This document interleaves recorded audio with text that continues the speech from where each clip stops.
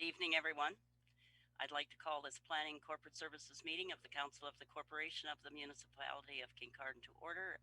It's 5 p.m. on December 14th, 2020, and I'm in the council chambers at the Municipal Administration Center with our clerk, Jen Laurie, and our deputy clerk, Jen White, and also our deputy mayor, Randy Rofel.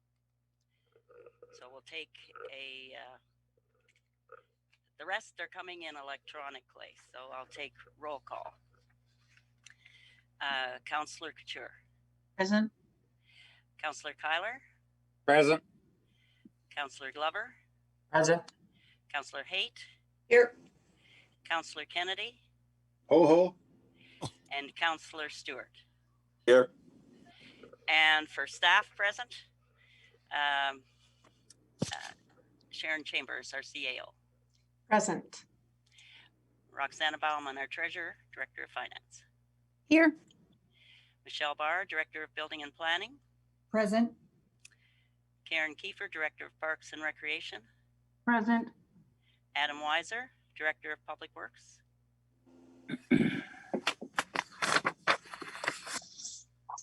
Maybe Adam isn't with us yet. I don't believe he has that report tonight, so I don't think. Oh, he doesn't have a report. Okay. Kevin McNeely, our Fire Chief. He's present? I'm present. Okay. And we're good. Unless there's somebody else, Sharon, that's on from staff. No, I think that's it. Okay, thank you. Are there any amendments, additions, or deletions to or from the agenda tonight? Yes, Laura. I think I have one thing. Hang on, I just got to find it for a second. It's something I received today with respect to Christmas. Hang on.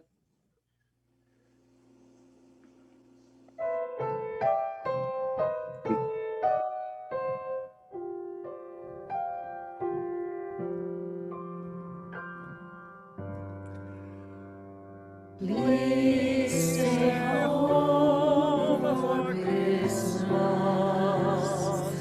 The safest place to be. Wear your mask and wash your hands. Don't sit on Santa's knee. We're all in this together, though not in the same room. Keep your loved ones safe with Christmas over Zoom. Please stay home for Christmas. It's only for 1 year. Wear your mask and wash your hands. Our message is very clear. We want to stop this virus. These rules can be a pain. Please stay home for Christmas, so we can be again.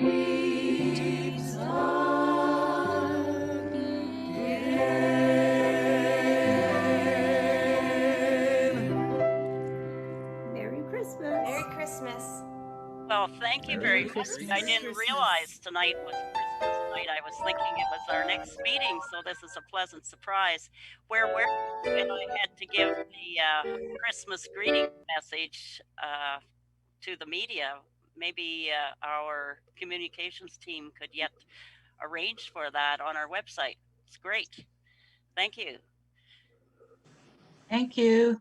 Okay, thanks. Ian, could I bring up get support of a motion for council for next week to get staff to begin working on diversity and inclusion training that's going to be available for our staff and the public, and have some kind of constructive plan moving forward for the new year. Well, we already gave staff that direction. Okay, no, that's fine. Okay, no Okay. problem. Do you know Yeah. how quick that'll be coming back? Or? Well, I haven't had a chance to ask staff yet from last week.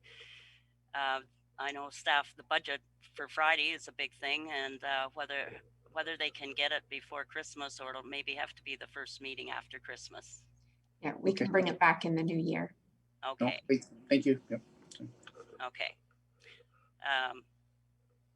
All right.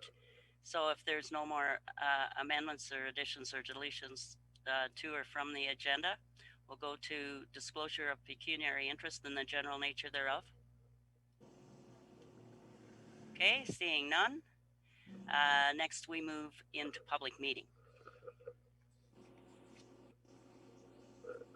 Moved by Dave Kyler, seconded by Maureen Couture, that council move into public meeting to hear a proposed zoning amendment. All in favor? Yes. Aye. Any opposed? None opposed? Actually, I think it's for some of the routine things, I should just ask if any are opposed, but anyway, I'll keep asking for yes and no. So I'm going to call this public meeting of the Council of the Corporation of the Municipality of Kincardine to order. And it is 5:06 p.m. on December 14th, 2020, and we're meeting electronically in the council chambers. Are there any amendments, additions, or deletions to or from this agenda? Hearing none. No surprises like the last agenda. Shucks. Is there any disclosure of pecuniary interest in the general nature thereof? So we'll move to zoning applications. So 4.1, the applicant is Bruce Energy Center, Inc., concession 4, part lot F, or 1554 Bruce Road 23. And our, I think it's Barbara Mugabe that gives the reports from the county now. So it's time for your report. If you could introduce it for us, please. Yes, thank you, Mayor Edie, for the opportunity to present the application. The subject land is located at the southeast intersection of Bruce Road 20 and Bruce Road 23. The application proposes to amend zoning bylaw to facilitate a consent application, which is seeking to sever a parcel of land containing a Bell telecommunications tower. If approved, the amendment would legalize the proposed undersized parcel. The retained parcel is currently used for aggregate storage. The proposed severance is seeking to separate the bell tower from the balance of the agricultural lands to facilitate a future sale of the farm. Surrounding land uses include a hydro corridor, aggregates, commercial and industrial land uses. The natural heritage feature on the subject land is a watercourse that flows through the central portion of the parcel to be retained. The watercourse is considered fish habitat. The site contains other natural heritage features, including significant woodlands and significant wildlife habitat. As no new buildings or structures are proposed, the preparation of an environmental impact study to address potential impacts is not warranted. There is an active pit license on the property, which also affects the parcel to be severed. Currently, only the retained farm parcel is used for aggregate storage. Due to the active pit license, the Ministry of Natural Resources and Forestry may have requirements from a licensing viewpoint. Therefore, clearance from the ministry will be required as a condition of approval of the consent. The provincial policy statement states that lot creation in prime agricultural areas is discouraged and may only be permitted for infrastructure where the facility or corridor cannot be accommodated through the use of easements or rights of way. In this regard, the applicant is advised that an easement is the current arrangement. However, is no longer desirable as the intent is to sell the retained agricultural lands. According to the Bruce County official plan, major utilities, including interprovincial communication lines traversing the county above or below ground, shall be constructed, maintained, and operated as follows. Number one, lines are to be located in an orderly and economic manner for those areas they are intended to serve. Number two, lines are to be located in such a manner that their impact on people, the adjacent land uses, and the natural environment is minimized. There are no residential land uses in the vicinity that could be impacted by the tower. No new development is proposed. Therefore, there is no impact to the natural heritage. The subject land is designated agricultural areas and aggregate quarry operation. There is also a site-specific provision which allows additional commercial uses. No zoning change is proposed to the retained parcel, which is zoned extractive industrial. The parcel to be severed is zoned agricultural, commercial, industrial special holding. No change to the permitted uses proposed. The subject application is seeking to acknowledge the newly created undersized parcel. The agricultural, commercial, industrial zone requires a minimum lot area on private services of 4,000 square meters, whereas 1,618 square meters is proposed for the severed lot. The proposed size is reasonable for a tower. Sufficient area exists for maintenance and or replacement of the structure. We are recommending approval of the application. In a nutshell, Mayor Edie, that is what there is contained in the report. I'm happy to take any questions if there are any.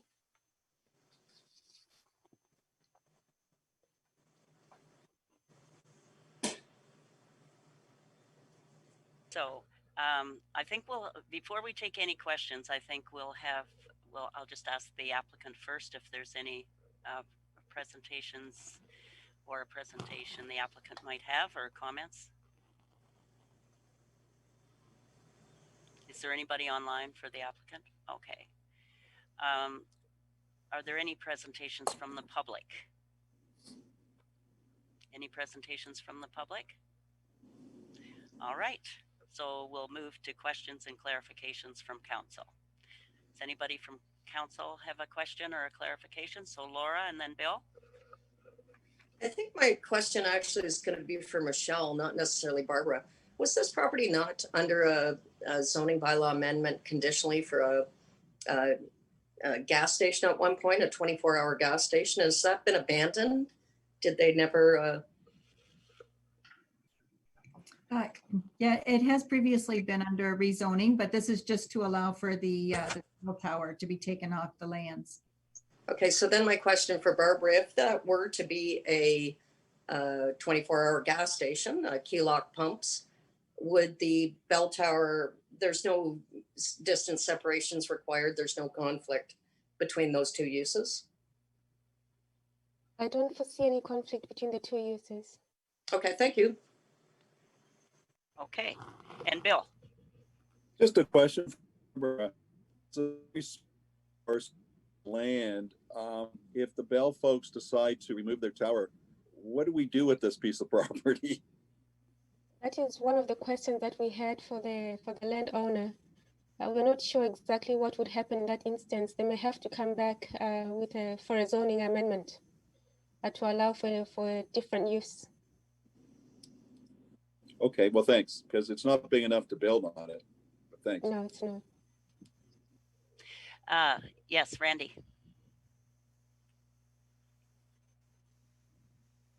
Could that piece of property then, if it was abandoned and the tower was gone, could the person who owned the other parcel of land petition the planning department to merge it with the remaining properties? Yes, through you, Madam Mayor, they would have to go through a consent application for a boundary adjustment to merge the property. Okay, thank you. Because once severed, always severed. Mm-hmm. Well, so I have a question then. So out in the country, usually if there's the same owner on two pieces of property, they automatically merge. But not unless the severance is granted first. But you're right. If the same person buys two properties that are side by side, they can merge them. That's correct. I could be wrong, Barbara. I'm sorry. That's correct. I don't mean to butt in. Yeah. That's correct. You're correct, Mayor Edie. Okay. All right. Any more questions, comments? Okay, you've seen the recommendation and you have no more questions about it, so that will be brought back as matters arising, when we go back to council. So we'll move on to the next one, the next public meeting. The applicant is James Collins and Bonnie Patterson Collins, Lake Range, part lots 51, 52, then 53, 54, 55. And this is 38 Sprucedale Drive in the former Bruce Township. So I'll turn it back to our planner then for the report. Yeah, good evening, Mayor Edie and members of council. I'm the planner on the file. It's Dan Kingsbury. Okay, Dan, sorry. I didn't realize you had switched back. Yeah, we switch back and forth, but this one happens to be my file, so I'll take you through it, and then I'd be happy to answer any questions. So the application proposes to rezone the lands to facilitate the severance of 2 large rural lots. The lands are located at along Concession 10 and Sprucedale Drive, midway between McGregor Park and Bruce Power. The existing parcel is approximately 106.7 hectares, and the proposal is to sever a parcel of approximately 23.3 hectares and another being approximately 46.7 hectares, with the retained parcel being approximately 34.4 hectares. And this file has some history to it. In 2006, the applicants received approval of Bruce County Official Plan 201, as well as a zoning bylaw amendment 2016-031. And these amendments permitted the applicants to sever off 2 small building lots along Concession 10. So those lots have now been severed. And the amendments also laid the groundwork for 2 large rural lots to be severed in the future by requiring that should the applicants wish to bring forward an application for severance, that a hydraulic study be provided demonstrating the suitability of the lands for development. So the applicants have since completed the necessary studies in support of the proposed severance. They've provided an EIS, which was done in 2015, as well as a more recent hydraulic study looking at the flood issues in the area, and that was completed in early 2020. The lands are characterized as containing significant natural heritage features as well as a flood hazard. They're below the bluff and generally receive runoff from the bluff and are not well drained. Portions of the land contain the McGregor Park wetland complex, which is known as a provincially significant wetland. So notwithstanding the above noted hazards, both the EIS and the hydraulic study determined that there was 2 parcels, so 1 parcel on each land that is suitable for development, 2 small development parcels of less than 0.4 hectares each. So the proposed zoning bylaw contains measures to ensure that development occurs within the small development parcels that have been identified on the lands, which are outside of the flood hazard. It also subjects the lands to site plan control with a holding provision to ensure that both the SVCA and the municipality are satisfied that development is undertaken as recommended through the EIS and hydraulic study. This includes recommendations on the construction of a driveway on the proposed development parcel for the most easterly of the proposed lots. Aside from the 2 small development parcels, the permitted uses on the remainder of the lands are largely restricted to forestry best management practices and conservation uses. We did receive 1 set of public comments to date from the residents at 6 Sprucedale Drive, and you'll see in the report they provided some pictures of some fairly extensive flooding issues that they experience on their property. So they're concerned about flooding on their property and flooding impacts, as well as the potential for land clearing, which we've noted is occurring in the area on building lots of records. So there's some general concern with residents in the area about land clearing. So in regards to these comments, I'll note that as I stated above, the development area is less than 0.4 hectares for each of the development parcels, which is small relative to the size of each of the proposed lots. And the development parcels are being implemented through zoning and are of considerable distance to 6 Spruce Trail Drive, greater than 300 meters from the nearest parcel. So it's unlikely that a single detached dwelling on each of the development parcels will significantly alter drainage in the area to the extent that it's going to impact the neighbor. And it's also noted that that land, 6 Spruce Trail, is partially within the environmental protection zone and is susceptible to flooding. Furthermore, development is subject to site plan control, and a development permit is required from the SVCA because both parcels are within the regulated area. So having said that, I'll conclude my report, and I'd be happy to take any questions if there's any. Okay, thank you. Are there any presentations from the applicant? The applicant on Zoom at all? Hello. Okay. Hi. So Bonnie, I see your name now. Yes. No, I have nothing to add other than I think I heard Daniel say that this was all begun in 2006. That, 16, I think. yes. That 2016 was when the first 2 lots were severed, the whole thing was started. Yes. Yes, I actually remember. Yeah, it's been a long time. A long haul. We're getting older and we can't look after the property at all. So this would mean that somebody else can have the pleasure of looking after a nice part of the nature preserve down here. All right, thank you. Are there any presentations from the public? Nobody's on from the public that you know? Okay. So we'll go to questions and clarifications from council. Do any members of council have any questions?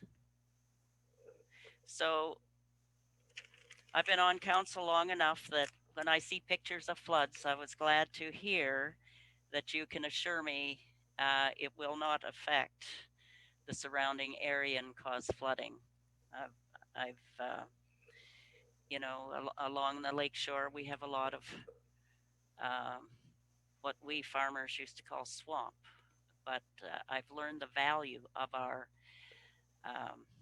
areas along the lakeshore as a buffer zone for the lake, and that it's all part of the natural processes with your wetlands. And so I just want to ask our planner, you can say with 100% assurance that this will not cause more flooding.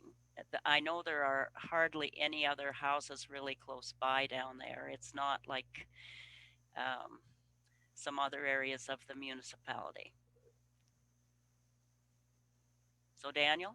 Yeah, thank you for your question. Yeah, I think I can confirm that there's unlikely to be flooding impacts to neighboring houses. Of course, we defer to the technical experts at the SVCA. And I think the zoning bylaw amendment as proposed contains the necessary safeguards that before anything's built on the site, the SVCA will give it a thorough review and confirm that there's no flooding impacts through their mandate. And that's why the holding provision's in place. And of course, the municipality will have to be satisfied as well. So I think there's the necessary safeguards to review any future development proposal that comes onto that onto those lands and determine if whether or not there's flooding impacts. But I don't think it's likely. All right, thank you. So if there are no more questions, the recommendation we'll deal with as matters arising, and we'll go on to 4.3. the applicant clause and Linda Zondervan, concession 11, lot 15, or 836 concession 11. Now, which planner this time? Thank you, Mary. It's this is my file again, and this Okay, is Dan. yeah. This is a farm consolidation, and I know council is well very familiar with farm consolidation. So I won't spend a lot of time going through the policy framework, and I don't believe there's any members of the public participating in this public meeting, nor have we received comments. So I'll just go over the nuts and bolts of it sort of very quickly here. It's a farm consolidation, 1.97 acre surplus residential farm dwelling is proposed to be severed. The prospective purchaser is Brock Lowry. He's a bona fide farmer in the area who owns farmlands in the area. Of note, I'll note the main barn structure has been demolished. So it's sort of visible in the staff report there, and that photo's from 2015, of course. So it's since been demolished, but there is a portion of it that still exists, a smaller shed that looks, if you look on the second page of the report, the barn has a shed structure attached to it. That still remains in place, and that's going with the retained farmlands. So there's no real special considerations like archaeology on these lands. So the proposed zoning is just to prohibit future residential on the retained farmlands. And I can confirm, having gone through the criteria for these farm severances, that it does meet the PPS and the county official plan policies. And as such, the recommendation is for approval. I'd be happy to take any questions if there are any. Okay, thank you, Daniel. I'll just ask if there's any presentations from the applicant, from our staff here. Is anybody online from the applicant or from the public? From the public? Is there anybody from the public? Brock, okay. Brock, do you have anything to add? Dan covered the majority of what we're looking at. Sorry, Brock, I'm having trouble hearing you. Can you just speak up a bit? Yeah, very hard to hear him. Is that better? A little, just speak even louder. Okay, can you hear me better there? That's much better, Brock. Okay, no, I was just saying that Dan covered, I think, everything that, that had to do with the property and what we're looking to do moving forward. And I'm acting as the agent working with the Zondervans through this process. Okay, thank you, Brock. That's good. Merry Christmas to you, Brock. Yes. Okay. So any questions or clarifications from council? Yes, Councillor Stewart.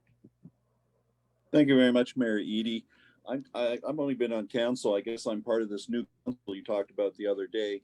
But anyways, I'm a little concerned about, over the last couple of years, how many are we doing these sort of small acreages that are actually being sold off. I'm getting a little concerned that we're going to run into maybe only have 4 or 5 farms in Kincardine that are 10,000 acres each.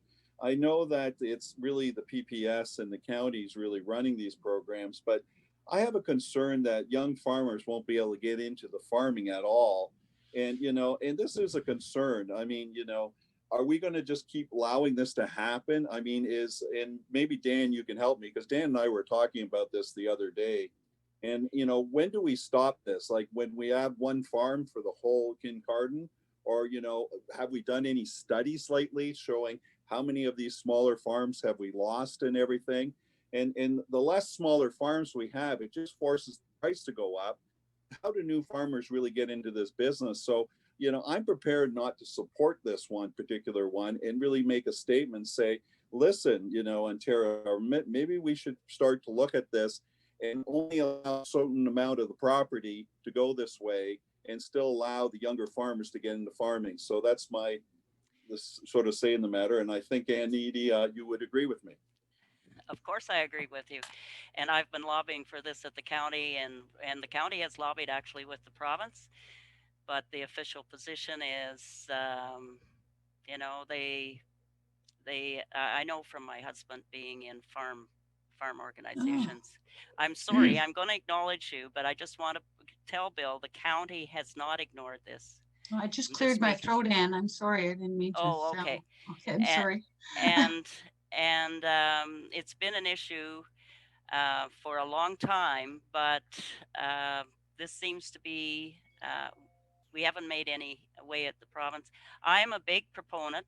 I'm on a committee actually for the county official plan, which is chair of planning and development there, along with Steve Hamill. We're the council reps, and I made my big pitch again for 50-acre farms, and it's very disappointing that all types of farming are not considered by the province, and especially for some young people that don't have generational wealth to support them in farming are left out. I won't say any more. Daniel probably knows my views, but if you want to add, Daniel, before we go to other members of council, it's very complex. Daniel? Yeah, I mean, I don't know if I can add much further. It is an issue, obviously, that we're looking at through the county official plan review. We do have the plan, the Bruce Agricultural Interim Report that has recently been released, and that's on the website planthebruce.ca. So there's some policy direction in there, but I think there's an awareness amongst staff, certainly, that this is a concern. I'll maybe just state that in planning, we tend to sort of plan in sort of broad strokes, big brush sort of planning policies, and these often have unforeseen on the ground impacts, I guess, in terms of access to markets and in the farming community. So yeah, I don't know the answer. All that to say, it's something we're looking into, and certainly and welcome feedback on at this point. So I just want to also mention that County Council has turned down a few things, and whenever the issue of the small farms, 50-acre farms, sometimes we end up going to the LPAT. It's now called the LPAT. Does cost us money. So our new direction is to try and get the policy changes needed, so it's not costing the county money to state our opinion. And Dan is probably aware of that as well. So we'll see where the county official plan lands when it has to be approved as well. But this is one of the issues we've been dealing with. Thank you. Councilor Couture. Yes, thanks, Ed. Yes, this has been an issue for many, many years, and especially in the 80s, I remember there was quite a concern about farm severances. And then we had quite an influx of Mennonite farmers come into our community, and they liked the 50-acre farms, and they got them. They were allowed, and so it is a seesaw. There's no question about it. And so I would welcome the county to do in-depth studies on this when they are reviewing their county plan, to find some sort of a policy that is amenable to both, because both are needed. We need large farms, we need small farms. So large farms are definitely more economical for the big guys, the big companies and so on, and that's fine. We welcome those people too. So I'm just agreeing with everything that you've said and everything Daniel has said, but I think it's something the county should concentrate on very carefully. Yes, and so I have attended a number of meetings with the consultant, and it will be coming back in the new year sometime. I forget the lines, but it's good we've had this conversation because it's good to have the, to know for sure you have the support of council on this issue, that everybody have a chance at farming. Otherwise, we'll become like England, where it's just the rich people farm. I agree, but I think that we shouldn't hold this person, this applicant, to blame for something we still need the county to address. And the province. We And need the province. So if Brock's still listening, Brock, your application has followed all the recommendations and has met all the requirements. We're just on and off. We've got off on a tangent on you, Brock. Was there anybody else that, yes, Randy and Laura. And Bill, I understand where you're coming from, and Maureen, and to the mayor too, with respect to smaller farms. And yes, we're getting bigger and bigger corporate farms, but hey, they're taxpayers too. So, and they're following the laws.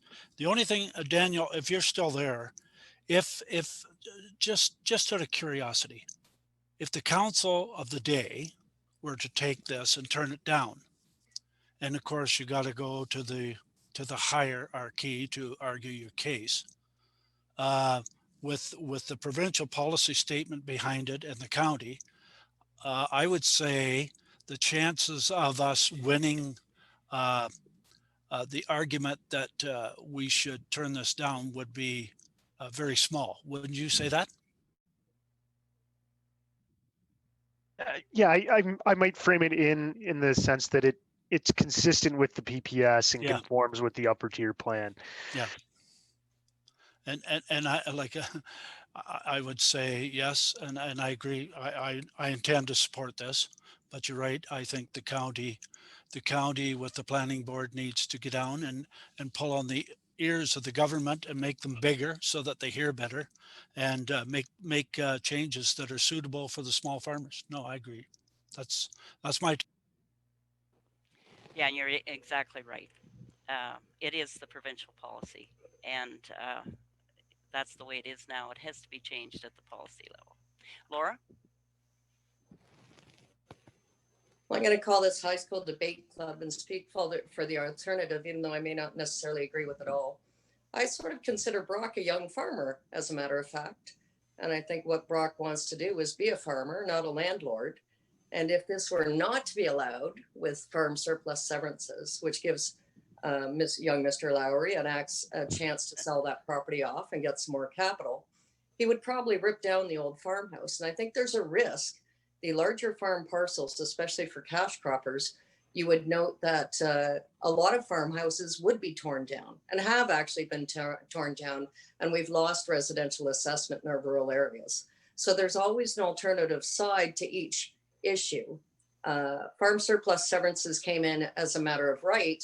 Previously, maybe 30 years ago, you were allowed to have what they called retirement lots, Bill, where you'd have the farmhouse and then you could sever off an acre and then you'd be able to sell the acre, and you ended up with 2 residential parcels on 100 acres farmland parcel. But so those are no longer allowed, but this farm surplus severance allows a young farmer to acquire enough land to actually make his cash cropping viable, because I'm not sure 100 acres would actually be sufficient in today's world, but at least he gets the modest bit of income from the sale of the house in 1 acre, and he gets the extra land that he gets to crop. And the fear is if you don't allow them, those houses will all come down and you'll just be left with vacant farmland, which gets you 25% of the residential assessment for your tax base.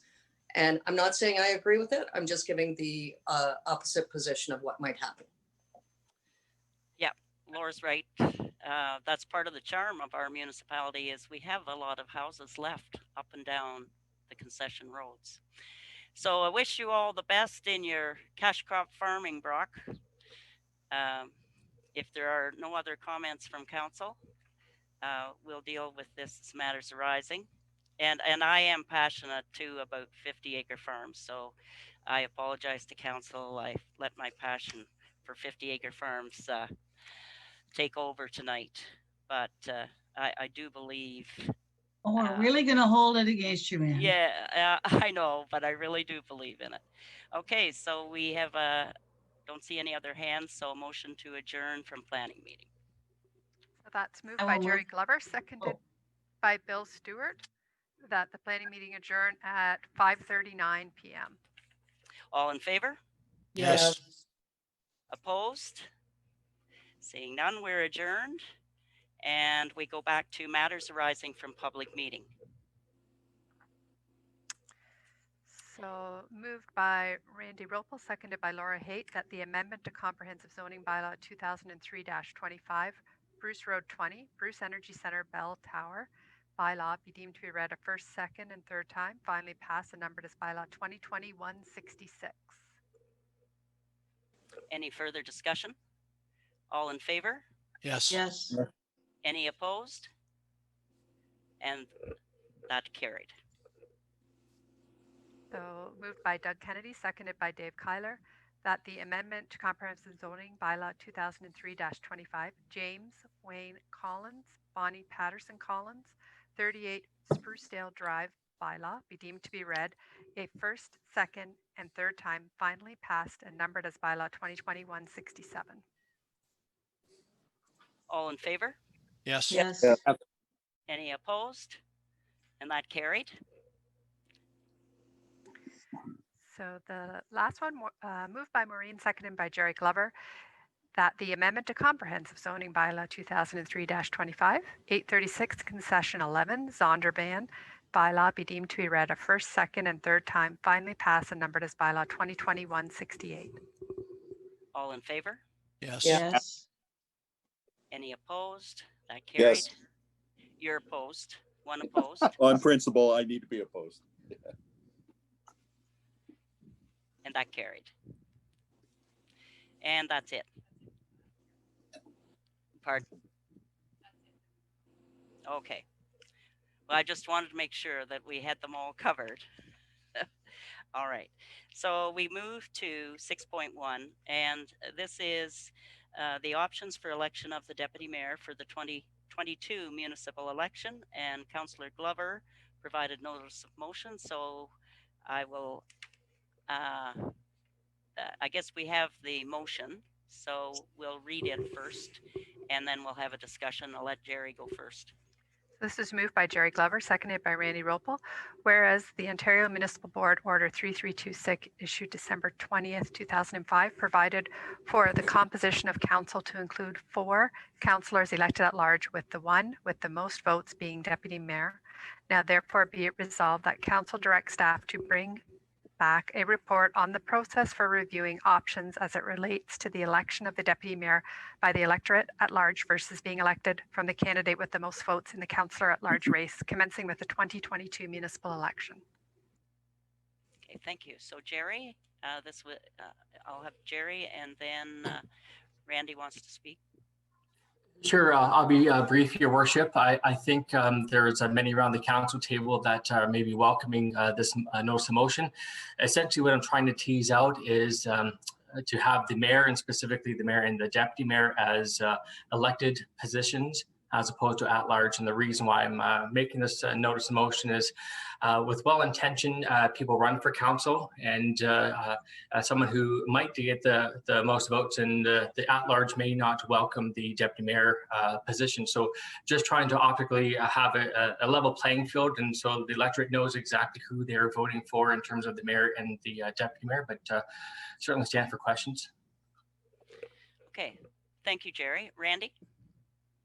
Yeah, okay, I'm unmuted. Yeah, I agree with you, Jerry, and I'm glad I'm seconding this motion. And I tip my hat to you for putting it on the floor. To me, it makes common sense, and I will support this. And I hope we're also successful in getting this position put into place. Thank you. Thank you, Randy. Is there anybody else that wants to comment on this? Yes, Laura, and then Maureen. I don't mind it. I really don't. It's happened before.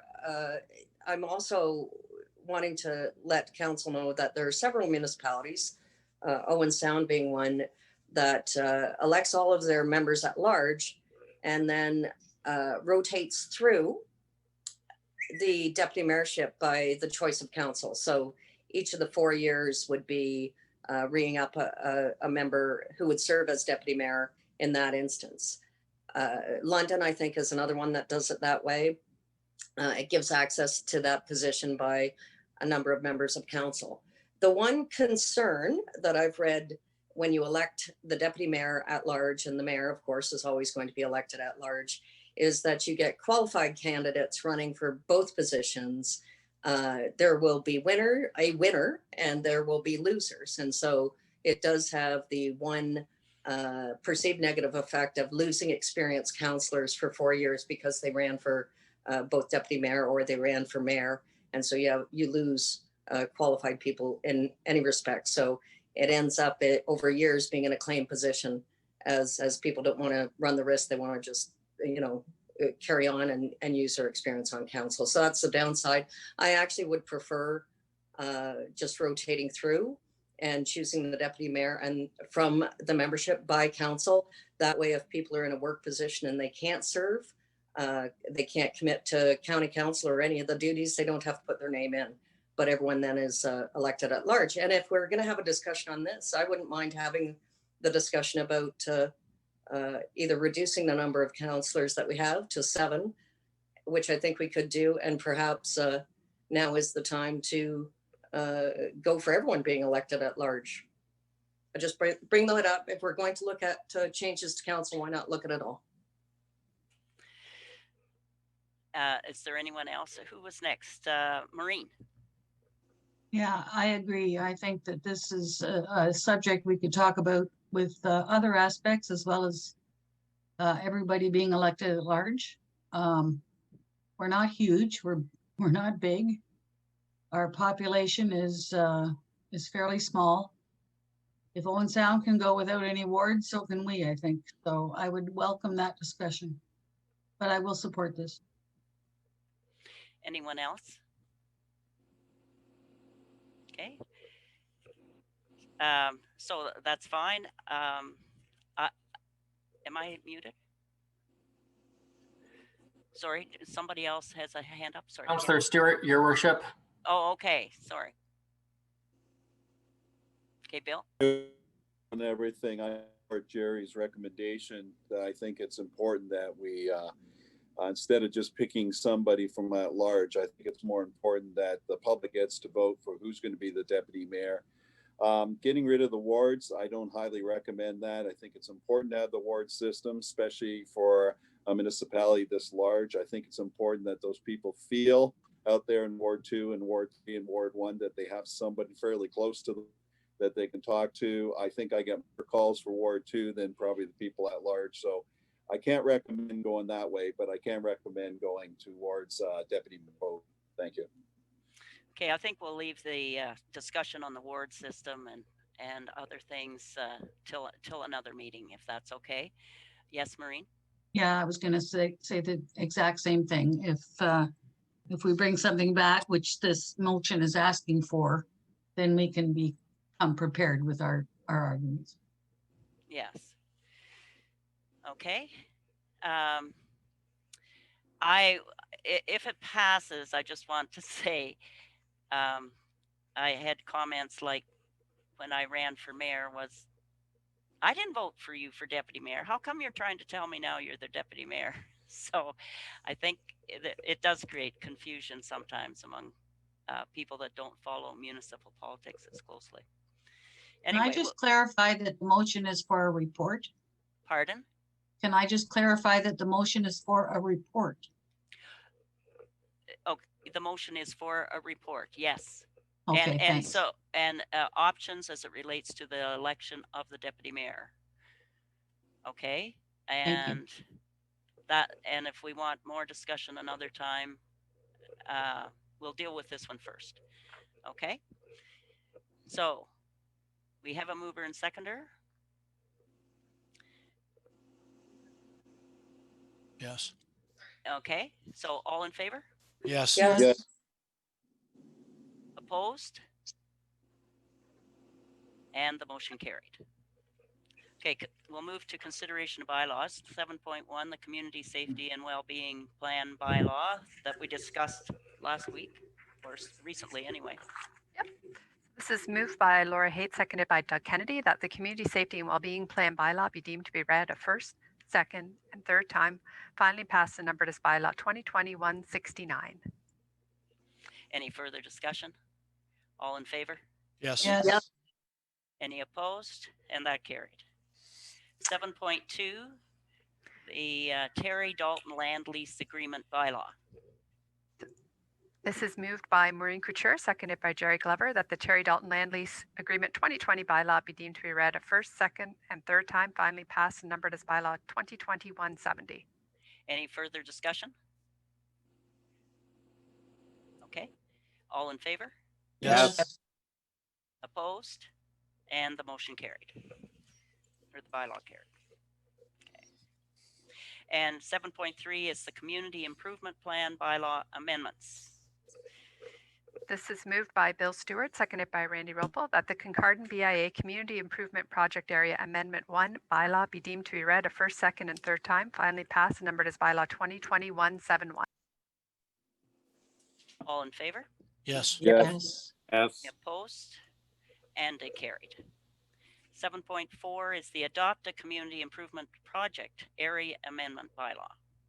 So this is moved by Laura Haight, seconded by Doug Kennedy, that the Adopt a Community Improvement Project Area Amendment 1 bylaw be deemed to be read a first, second, and third time, finally passed and numbered as bylaw 2020-170. All in favor?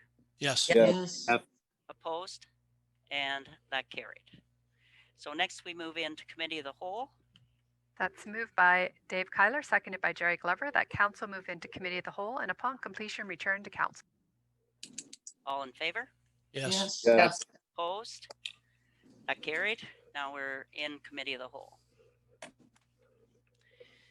So I'm going to call to order this Committee of the Whole meeting of the Council of the Corporation of the Municipality of Kincardine. And it is 5:52 on December 14th, 2020. We're meeting electronically in the council chambers. Are there any amendments, additions, or deletions to or from this agenda? Yes, I like that. Councillor Stewart. Thank you very much, Mary. I'd like to continue on our discussion when we set a motion in to go to South Bruce Gray Health Center about the C scan. Haven't heard any reply or anything. Would even like to know what the note we sent to them and everything else. So could we just add that and just have a small discussion just to continue it on? So, Bill, I happen to know that the CEO of the South Bruce Gray Health Center has requested a delegation, and I'm wondering if we could have it coincide with that meeting and hear his information first. That's news to us, and that would be well, fine. Yeah. Yes, I know. It was just this week, and I sent it along to Jen. I didn't. I gave him your number. And he was going to request a delegation. So we can double check on that with him. But that was his intention to come That back. would be Michael Barrett would be coming to us? Yes. Thank you. That'd be fine with me. Okay. Yes, Councillor Glover? Just a friendly comment that any delegation that is one-sided, ensure please, my request would be that all sides of this particular matter be invited to provide their side. That would include whether the foundation and or the physicians group. That'd be my preference. There are multiple facets to this conversation, not just one. Okay, so that was Mr. Barrett's comment, was that he wanted a chance to present since council had heard from the physicians group with the like there was the recommendation, but there was also the information that was given to council. And if you want the physicians group to come back too, I'm fine with that. But that's where it was coming from, is that all sides need to present. The foundation, they're welcome to come too. They thought that since the decision, they're supportive of the CT scanner. If they want to come, Okay. they're welcome to come. Mayor Edie? Yes. Sorry, we're getting into territory where we shouldn't be discussing, I don't think, until we hear from everybody. So I would suggest that we acquiesce to Jerry's suggestion that everybody be allowed to come and make a presentation. Well, they are allowed to come. there's no problem. The only reason that we had the resolution, so just for clarification last week, is that the delegation came in on Monday, and as you know, we already had a fairly long agenda, so we dealt with the resolution. That hopefully is an exception. So they're most welcome to come, but Michael Barrett had requested one, so I think we'll wait until we have all sides present again if they wish. Could be a lively meeting. All right, any other additions? Okay, disclosure of pecuniary interest. Adoption of the minutes of the committee of the whole meeting on December 7th. That's moved by Bill Stewart, seconded by Randy Ropel, that the minutes of the committee of the whole meeting held on December 7th, 2020 be adopted as printed. Any further discussion? All in favor? Yes. Yes. Any Yes. opposed? Okay, carried. Now we'll move to delegations. 6.1, AJ Sood, or if I've mispronounced your name, I apologize. But there's a request for an easement exemption, and you have provided information, so we'll have your delegation now. Okay. Good evening, Mayor, and good evening, councillors. This is AJ Sood here. I'm resident of 413 Macala Crescent, Kincardine. I was looking to build a garden shed in my backyard, which is about 224 square feet in size. And so I applied for the permit. I was told to apply to Saugeen Valley permit. I got Saugeen Valley's approval. And then I was told by the director of building that there are three things which are kind of not letting me build this shed, which cannot give me the permit. First one, it's in the open space. And second thing is it's in the environmental zone. And the third thing is the easement. Then there were visits by some councillors to the site. There was visit by the director of building, and kind of, so where we are right now is that she has talked to Saugeen Valley, and Saugeen Valley has agreed that open space, the rezoning line can be adjusted to the east side, which will make the shed entirely in the open space zone. And to get the open space zoning, I was told to put in for a minor variance application, which I did. If Dan is, I've been in communication with Dan Kingsbury. He knows exactly what I'm talking about. And then third thing was this easement change that the director of building asked me that easement wording would have to be revised to allow for location of structures subject to municipal approval. And this involves revising the legal documents, and all the costs, including legal, will be at my expense, which is around $2,000. I'm requesting the council to consider and grant me approval to build a shed in this area without me spending like on legal cost. And I've attached pictures. If I were to move this shed in any other place, which is regular zone, there's a lot of work. My backyard is on a slope, and it will require a lot of work to put a shed. So this is my request. Okay, thanks, AJ. So some questions or comments. We'll start with Councillor Couture. I was wondering if Michelle could speak to this, please. This has been a couple of other landowners in the same situation, and it's the easement that's the problem, not Saugeen Valley area. If Michelle could speak to it, I would appreciate it. Okay, so with this property, AJ is correct. He's gone through the process. He's making application So he's indicated with the county for the minor variance to allow for the shed in the open space. However, the lands that were sold from the municipality to three developers at the time, years ago, had an easement on the lands so that there's no structures, no fencing, no anything put on these lands because it's a drainage corridor and it was environmentally protected zoning. So we did talk with Saugeen Valley. They agreed to adjust the line so that the proposed location would be in the open space. That allowed us to get down to a minor variance application. But the easement that is on the lands on this property, as well as several of the neighboring properties, because they made their lots larger using these lands that the developer purchased. And so we would have to have the lawyer change the wording for the easement and have it registered on title. So to allow for the change of the easement so that he could go forward with it. Whether we talk about one individually and then the others come forward as required, if that's what the neighbors want to do as well, and or do it all at once, but that would take some corresponding with quite a few of the property owners. And so with that, it was suggested that we would certainly support it. I circulated it to Public Works and to the engineering to confirm that we would be okay with the structure at the location. And they are okay with that. But again, it's an easement that's registered on title, so the wording has to change. So there would be legal involved with it, of which the municipality would look after the works at the owner's expense.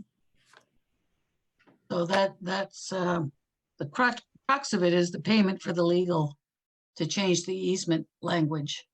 And if we could get the other neighbors to participate, then it would cost each individual landowner quite a bit less.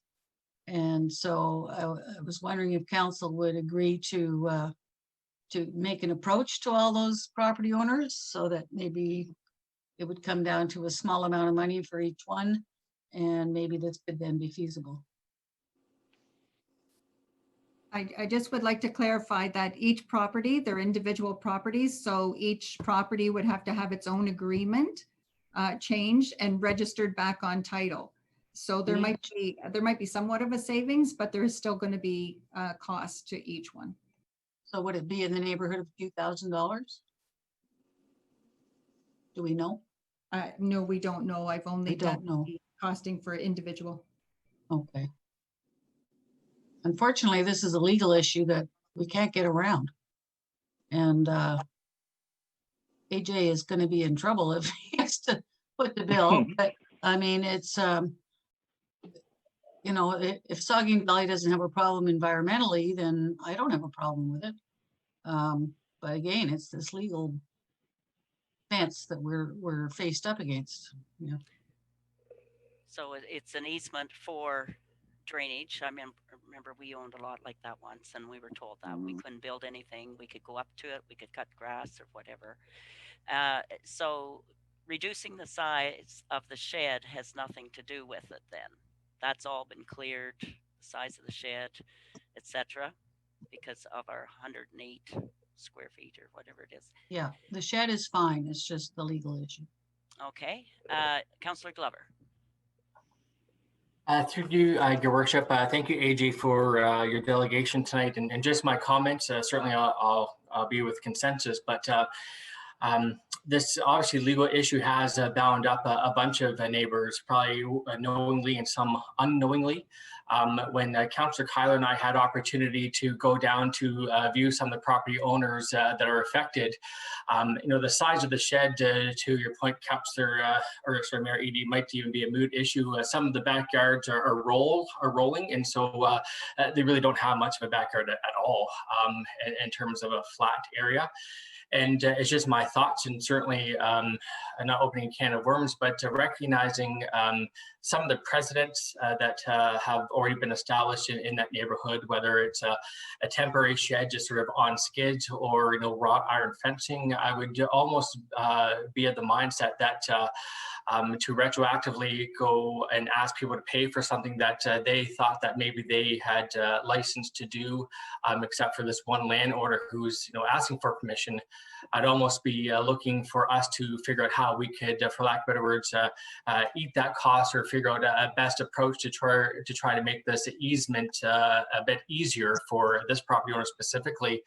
I know that when we went to view this property owner's backyard, it might be about a 10 or 12 by 12 area that just has some gravel, and he wants to put his shed on there. And we look all along the backyards for the other property owners, it's essentially the same, except for this person's being told no. And I totally understand there's a legal issue. I just feel awkward going to ask property owners to retroactively pay for something that maybe they didn't know about, or to put all the cost at AJ's feet. So I'm supportive of the approach of council. I apologize that AJ's got to this point and had to come to council, and I appreciate Michelle's information and working with AJ, and Maureen's been involved as well. So there's lots of people involved with this legal issue. So I'm almost of the mindset that I feel like we should eat that cost, and certainly I don't want to open a can of worms because we can't do that for everybody, but certainly there's some awkwardness in this neighborhood in terms of misunderstanding or understanding what they can and can't do. So just open up, I'll be bound by consensus, but just adding my static here. Okay, Laura. Thank you, Jerry. I'm, when those lots were being created, it was the developers who wanted to acquire the land to have larger lots. And yet when everybody bought those lots, that easement would have shown up on title, and they would have been aware when they bought the lots that that was what was happening, that there was a drainage easement in place. The developers acquired the land, they added it onto the lots. There were larger lots then for the people to purchase, which was to the advantage of the developers. I'm not sure I can accept that the municipality now has to accommodate the legal cost of changing the easement that the developers and the municipality had agreed to back when the lots were created. I mean, I see your point, Jerry. It seems like we're being unfair, but there was an easement that everybody knew about that when AJ would have purchased the land would have been made note of by his solicitor when he bought the lot. So if we are individually making these decisions based on somebody coming to council, then there's really no point in having any easements, any lots, any zoning bylaw. Would just say, okay, well, sure. And we'll cover the cost of the legal for a garden shed. I mean, there is space for him to move it off the easement area closer to his property where he has the ability to build it. He could even build it 108 square feet without a building permit. And yes, because of the slope of the land, he might have to put some more foundation on, or as you say, put it on skids, but there is sufficient space on his land to build the garden shed. So I'm not sure why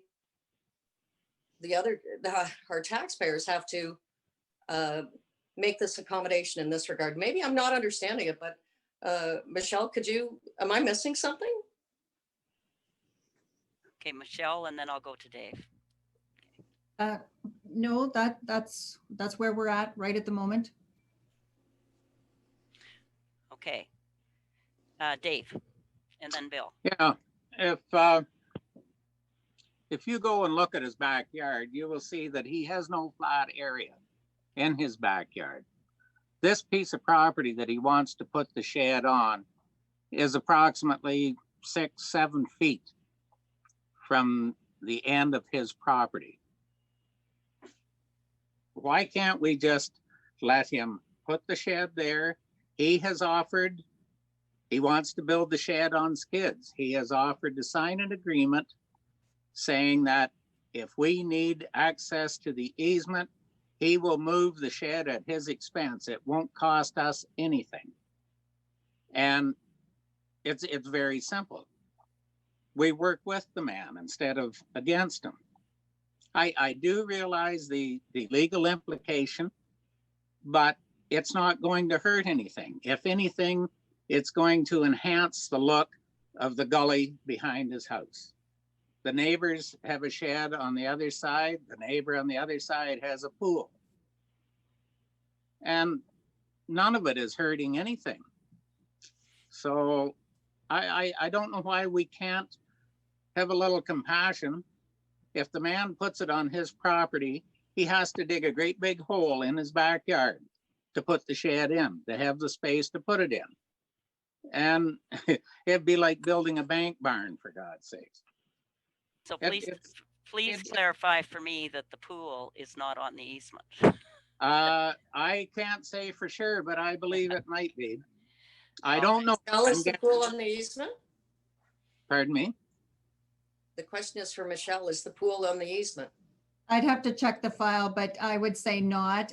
I guess you have to understand how the easement runs on those lands. Yeah. And it does go on quite a substantial slope. So like some people have much larger lot to start with than the others. And so it's not like a straight across easement. So No. Okay. His shed sitting where he wants to put it won't hurt anything. Okay. Who else wanted to speak to this? Bill. Okay, Bill. Someone sort of answered it. It seems like we have allowed sheds, or we haven't allowed, but there is sheds on easements along this road already. Not to So my there's- knowledge, Bill. No, So there's nothing on the easement at all, and nobody's ever applied for an easement. not that I know of. As she said, the easement isn't one of the straight ones that you think of with a regular easement. It varies, she Okay. said, Michelle said. Okay. So everyone's conforming in that whole strip. Well, we hope so. They're supposed to be. Okay. Maureen, you had a good point before. When we bought our property, we knew we could only have something so far back other than this 108-foot shed. Or you can always, it's always nice to build a bigger shed. But we were restricted to that. We knew that when we bought the property. Yes. I can't support the taxpayer paying for our legal fees. I think that's an edge of a wedge that we don't want to get into. It could happen over and over and over again, and I don't know where we'd ever say no. So I think, AJ, I'm sorry, if you want to put the shed on the easement, you may have to pay the legal fees. And we can't, I don't believe that in good conscience, we can waive the legal requirements of that easement. It's there for drainage purposes. And on skids, it doesn't matter. I mean, people can say they'll put it portable, they'll do everything. But I just don't think we should go there because it's like I say, an edge of the wedge that we don't want to get into. So I really don't have any solution. People don't think that we should go to the other property owners, that's fine. But each individual property owner that wants to put something on that easement is going to have to address the legal issues. So we've had a good discussion. I just want to check with our clerk as far as process. Usually with delegations, we come back with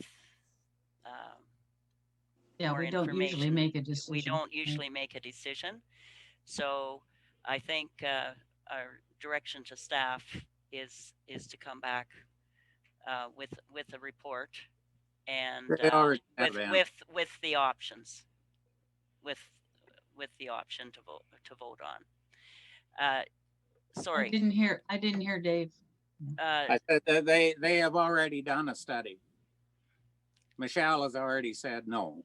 And she sent them to Saugeen Valley when she knew Saugeen Valley would likely say no. But Saugeen Valley surprised her. They didn't say no. Saugeen Valley doesn't care about legal issues. No, this is a legal issue, Dave.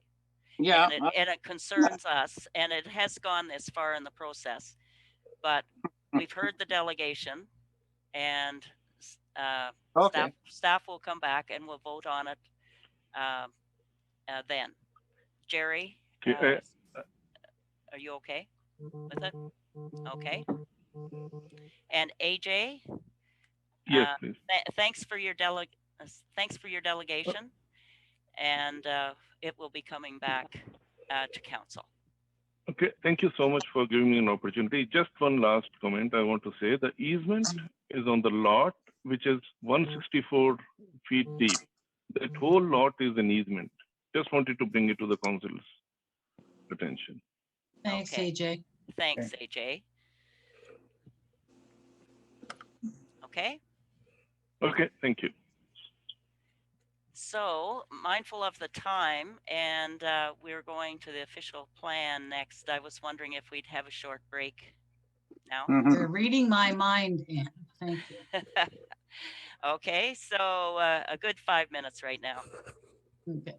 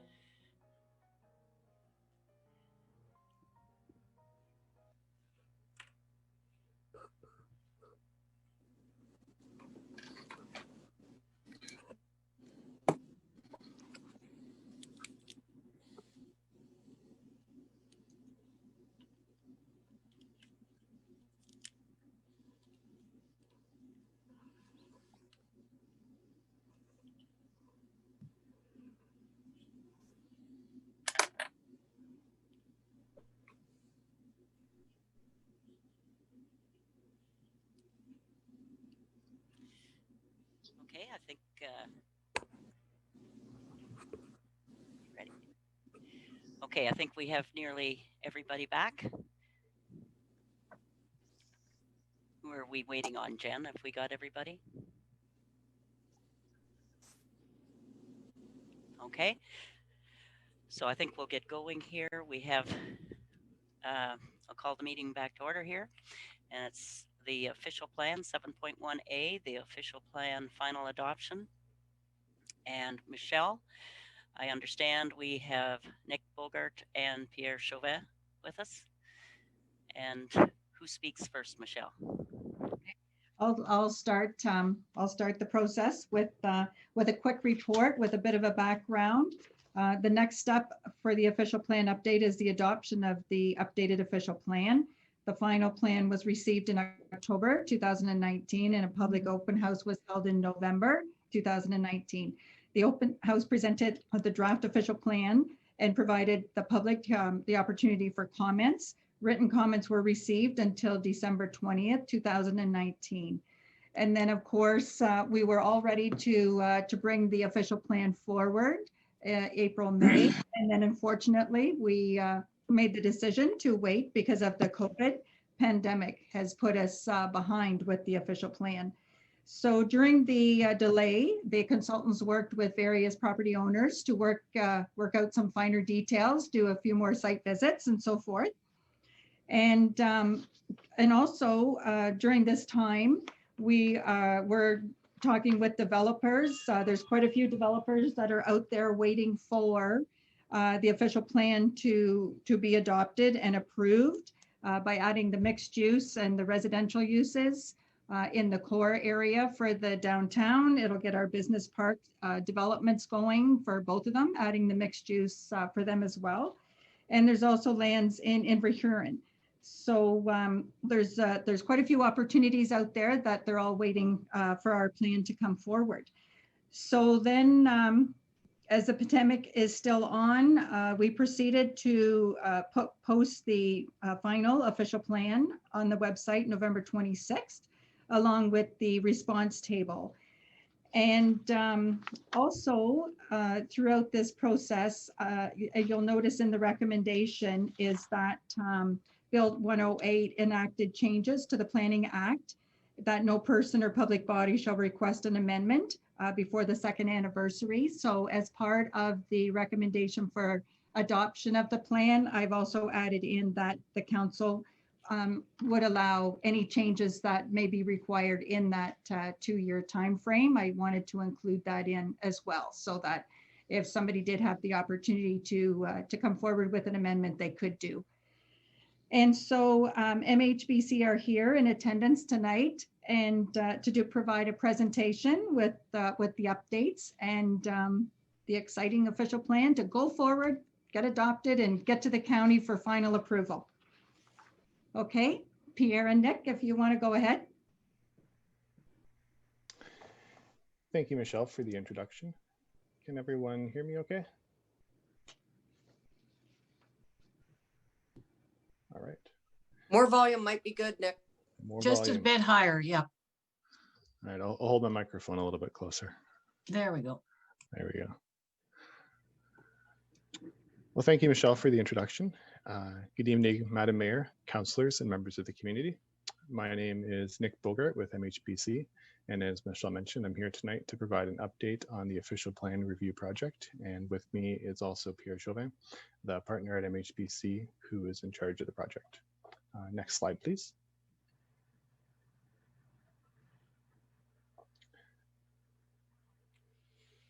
So we are here this evening to share the final draft of the official plan with council, discuss some areas of change, review comments and input received, and also finally answer any questions from council. Next slide, please. So in terms of just a bit of background to refresh everyone, the current official plan dates from 2006 and was approved in 2009. The municipality is required to update the official plan every 10 years. And there are changes that have occurred to both the provincial policy statement and the Bruce County official plan since the 2006 official plan was approved, and that we're required to incorporate into the updates we're working on. and also changes to the Planning Act and the PPS. As part of our work on the project, we first undertook a review of the background information and studies available. We then prepared a background report summarizing the findings and providing recommendations to move forward with policy changes, which you may recall from summer of 2019. We then worked on preparation of the draft official plan and held additional community consultation last fall regarding that. And then from there, we finalized the official plan wording based on feedback received, and also had additional consultation with agency and municipal staff throughout the project. Initially, as Michelle mentioned, we intended to come to council earlier this year, but the ongoing pandemic understandably has changed our timing a bit. But at any rate, we are pleased to be here tonight and share this important milestone with you. Next slide, please. So work on the background report set up the development of the new official plan. So we undertook a thorough review of the current document, official plan text, made some updates. There was a lot of good information there that we retained in the new official plan. There were a number of key areas where changes were made to the official plan. That includes things I've had listed here, like natural heritage, source water protection, mixed use areas, implementation section. We've added a glossary, looked at land use mapping updates, and created a new schedule as well. So I'm just going to spend a couple minutes to touch on some of the key topic areas that garnered the most attention and interest from the community throughout the process, and then just review that a little bit. Next slide, please. So for natural heritage, it's important to recognize some background on the areas and features that we're reviewing. Protection of natural heritage features is guided by the provincial policy statement and also guidance from the Ministry of Natural Resources and Forestry and SVCA. And there's some features that have development prohibited and others where it's closely regulated. So based on feedback that we received through consultation, SVCA provided regulated areas and hazard lands mapping, and that's now all mapped hazard on Schedule A of the official plan, and that's all part of the NE designation. And we've identified regulated areas on Schedule B of the official plan. We have brought in the most current natural features mapping that our ecologist, NRSI, compiled, and that was from county information, provincial information, and also from the Conservation Authority. We made some refinements based on feedback received through the first round of consultation, and just to ensure that we're being as accurate as we can for the scale mapping that we do through the official plan. The policy direction is now clearer regarding development in and adjacent to features, and we have specific direction related to features like woodlands that were an important topic. We wanted to ensure development could be considered if appropriate studies are conducted within significant woodlands, whereas now in the current official plan, development is prohibited. And the new revised policies, they reflect the PPS direction related to woodlands. Next slide, please. So here are just some samples of the mapping from the official plan. Schedule A shows all of the required natural environment components, and that's the green on the map there, and it shows woodlands, wetlands, hazard lands, floodplains, steep slopes, things like that. All the components together are what make up the natural heritage system, which is combined into one designation and mapped as natural environment. On Schedule B, which is the new schedule to the official plan, that's on the right-hand side of the screen there. We now map separately the various components of the natural heritage system to give more information to people who are using the maps. And that's to provide how the different layers come together, and you can just differentiate between things like wetlands and woodlands and floodplains and all that if you're looking at a property. So it lets you just to look at each of the components separately. And you'll also see that we've added additional information to the maps just to show some context around the current official plan. It doesn't show roads and concessions and property lines. So we show that now on areas outside of the schedule just to help orient people looking at the maps. Next slide, please. Another topic that generated lots of interest was the mixed use provisions. This is a new designation that we've added to the official plan, primarily areas where there was existing highway commercial in the main part of town. And we wanted to provide some flexibility for potential redevelopment and development of properties within the municipality, while also being mindful of things like buffering to adjacent uses. The business park area also provides for some consideration of mixed use in the policies. And through the process, we received comments from the BIA, Chamber of Commerce, Smart Centers, which all helped us to ensure we had a good set of policies to guide future use within mixed use areas. Next slide, please. As noted earlier, we've continued to have discussions with landowners and agencies since the first full draft was finalized, and Michelle mentioned that in her introduction too. These have resulted in some further mapping review to ensure the information is accurate, and there was some minor revisions made at the request of county staff to clarify policy direction related to secondary suites and also servicing on partial services. And those are reflected in the official plan version that you have before you. Our report that accompanies the staff report also includes an overview of all the comments received through the process. And it has a table and it goes through what the general comment was and how we've responded to that. And it includes just a bit of detail on what we did to address some of those comments. Since that, we've also had a few follow-up discussions with some landowners who had commented earlier on in the process as well. And we've talked to them about some of the policies and mapping. And actually, we received a letter late last week from Ontario Peninsula Farms. And we spoke with them on the phone today. And there's some considerations they'd like to bring to county staff as part of their final review and approval. So that would be after adoption of the plan by council, just as part of the final process that the county will go through. Next slide, please. So in closing, the process to update the official plan for Kincardine has followed the required process under the Planning Act and has included extra consultation as appropriate. The new official plan brings the document into conformity with current provincial policy, the 2020 PPS, as well as recent legislation, as mentioned by Michelle, like Bill 108. The updates provide an appropriate balance and direction for future land uses in Kincardine, and we've addressed comments received through the process, and we're here to ask for support for the new official plan. So as I mentioned, it's an exciting milestone for the project, and I've enjoyed working on the project. Next slide, please. I just wanted to include a few bullets of next steps, what happens after tonight, since Bruce County is the final approval authority for the official plan. So following adoption of the document, it's forwarded to the county, who will undertake a final review and they'll issue their approval. And county staff may have additional changes that they recommend through the staff review, and also in response to any additional comments that may be received. They would circulate a notice of adoption after they've done the review and note any modifications they've made. And then following the regulatory notice and appeal period, the new official plan would then come into effect. Next slide, please.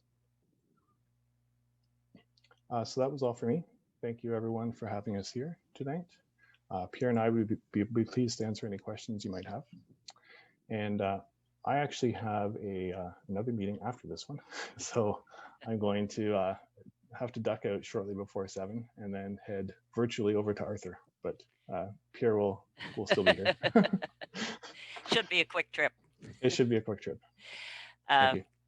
Okay, well, thank you for your presentation, Nick, and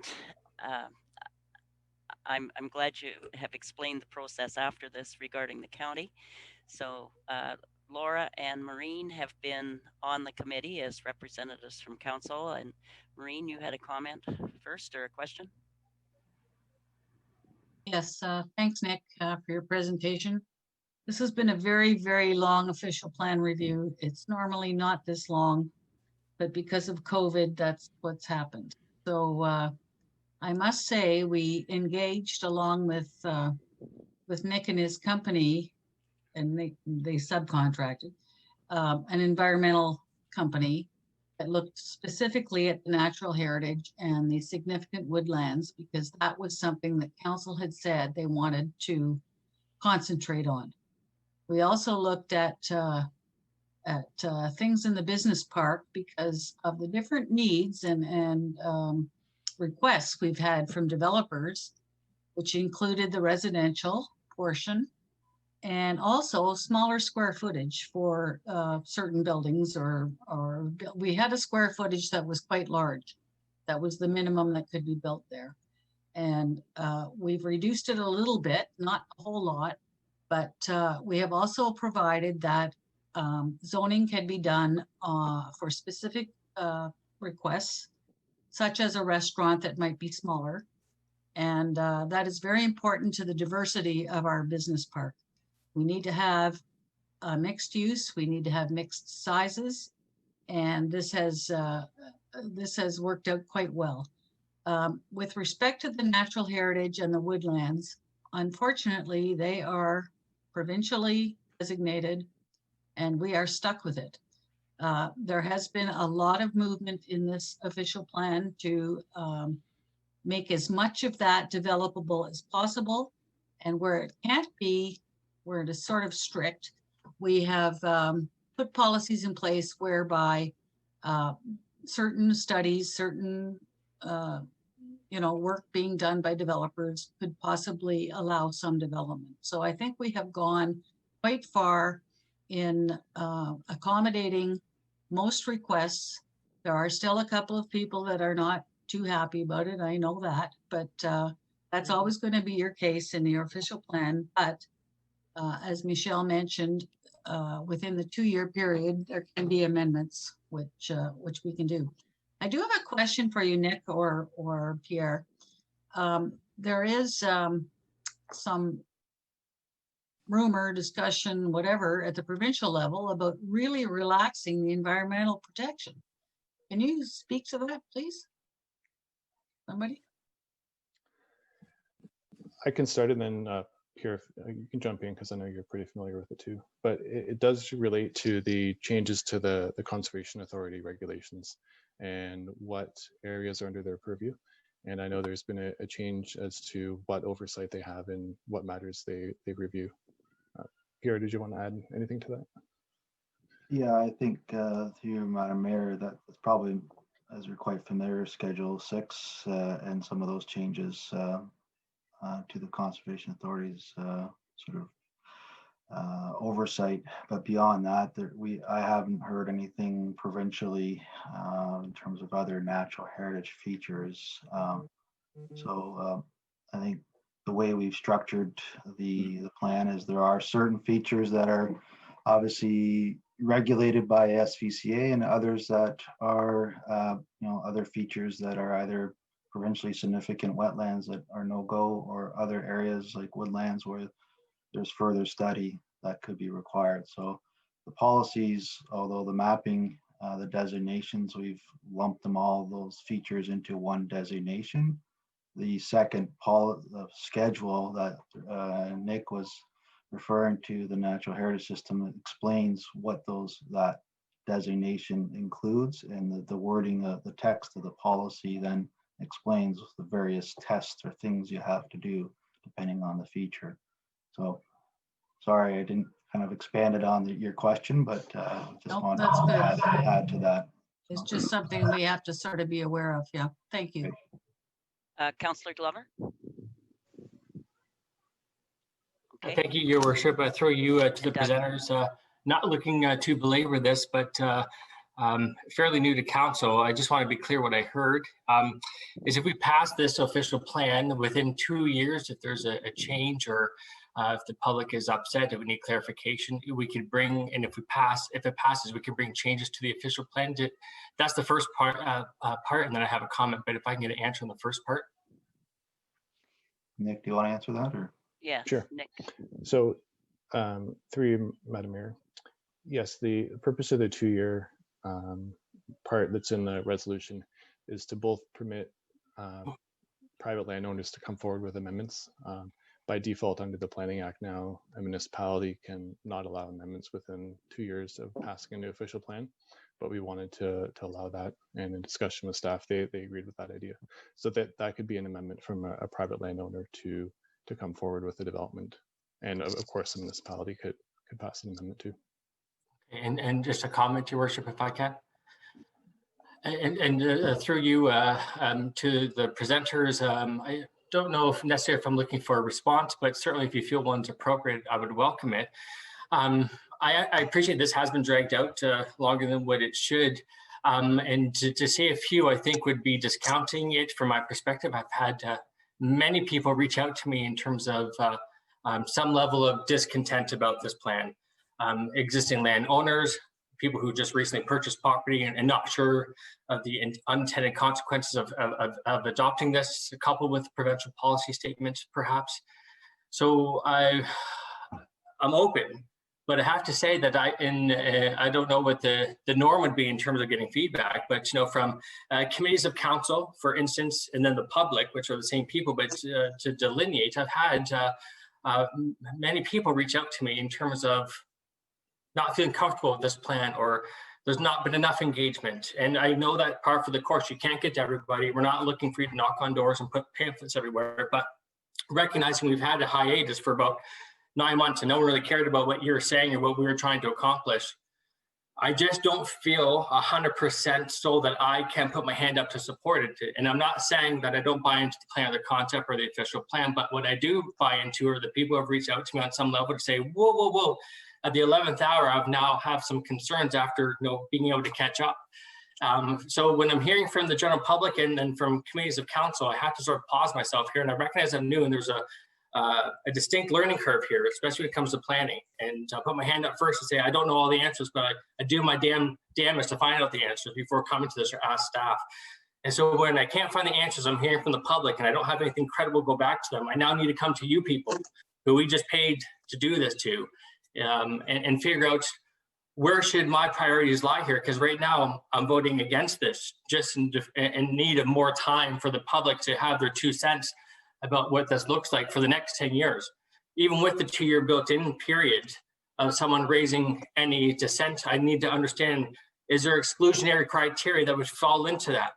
So over to you guys, what am I missing and why do people feel that they're not heard? And I would say that 20 people or more have reached out to me. So that's not a small amount of people over 2 weeks. So I need to understand if that 20 people speaks for like every 3 or 10 people they know, what am I missing? What are they missing? And what can we do better or more for them? So I'm open right now, but I do have some reservations, maybe not the content, but in terms of feeling that this is being rammed down people's throat. And I say that and offer that with respect, but I'd just like to welcome some feedback. And I understand this might be sort of remedial for some people, but certainly this is the baseline, and I'm going to establish it right now for myself and for the people that reached out to me. So, Okay, Jerry. So in light of your question, I'm just going to give an example to Nick because I've had the odd call too.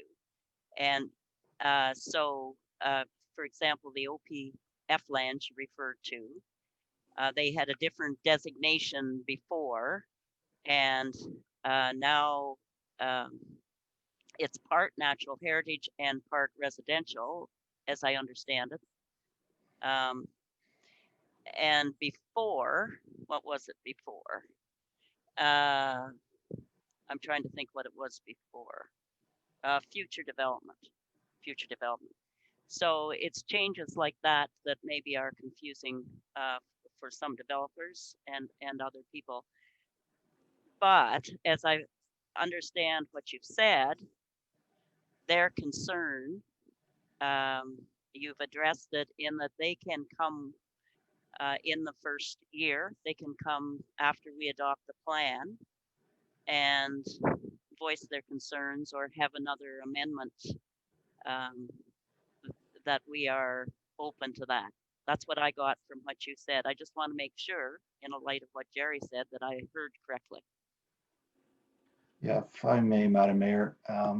Sorry. Yes. Well, I'll just jump in here and I'll just let Nick can weigh in jump in if I missed anything. But the more what we call is the moratorium on amendments that's in the Act, we're simply asking council not to implement that moratorium. So it allows anybody to come forward with an application to amend the official plan as they do today. As for the consultation, absolutely, COVID didn't do us any favors in terms of the delay. And there was a bit of lag between the time that we were pretty much done till now. Having said that, during that time, there was opportunity within there to go out and speak to individuals who wrote to us, and we responded to all those people who wrote to us and either made changes to the plan or made to the land use schedules or even to the policies. And I think all that is summarized in our report. There have been a number of public engagements, and I'd say they're very well attended. We've heard, a lot of the comments were related to natural heritage, as Nick said. There was support with the mixed use designation. So we try to respond to all the comments that we've received. Certainly, I appreciate Councillor Glover may have heard people speak to him, but we can only respond to what people have written to us. And so without those specific comments, it's hard for us to respond to them. But we certainly believe as a consultant team and staff, we've done what we could to engage people, short of dragging people out to these meetings physically. So, but I appreciate perhaps that lag during COVID has created this feeling that we haven't consulted, or there's been some time and some hiatus there, but we're definitely not trying to ram anything down anybody's throat. So. Okay, thank you. I'll come back to that specific one, but I just wanted to use it as an example. And then, as I understand it, as you explained, there's still more opportunity at the county level before it's finally approved there as well. But of course, we like to have most of it done at this level because it's the most local. I see some more hands up. I'm going, who hasn't had a chance yet? Bill, and then Dave, and then back to Maureen and Doug. Yeah. Thank you very much, Mary Edie. I have a problem when you're trying to adopt an official plan and all of a sudden the council is asking for permission to change it the next day. I think it shows that we haven't really quite prepared the official plan, that we feel comfortable with it to move it, that there's no amendments the second day that it's been approved. I really do think that, that's why the government sort of said and was giving municipalities that 2 year to sort of say, okay, have you done your work? I don't think we quite done our work. And this is actually a question, I had quite a few questions to Nick and Pierre. I sent in 2 or 3 requests asking about this Inverhuron settlement area and why it hasn't been removed from the schedule in the official plan. It's not required. It's an old area. It used to be a hamlet. I just don't understand why Inverhuron settlement area is still in this plan going forward. Please explain to me.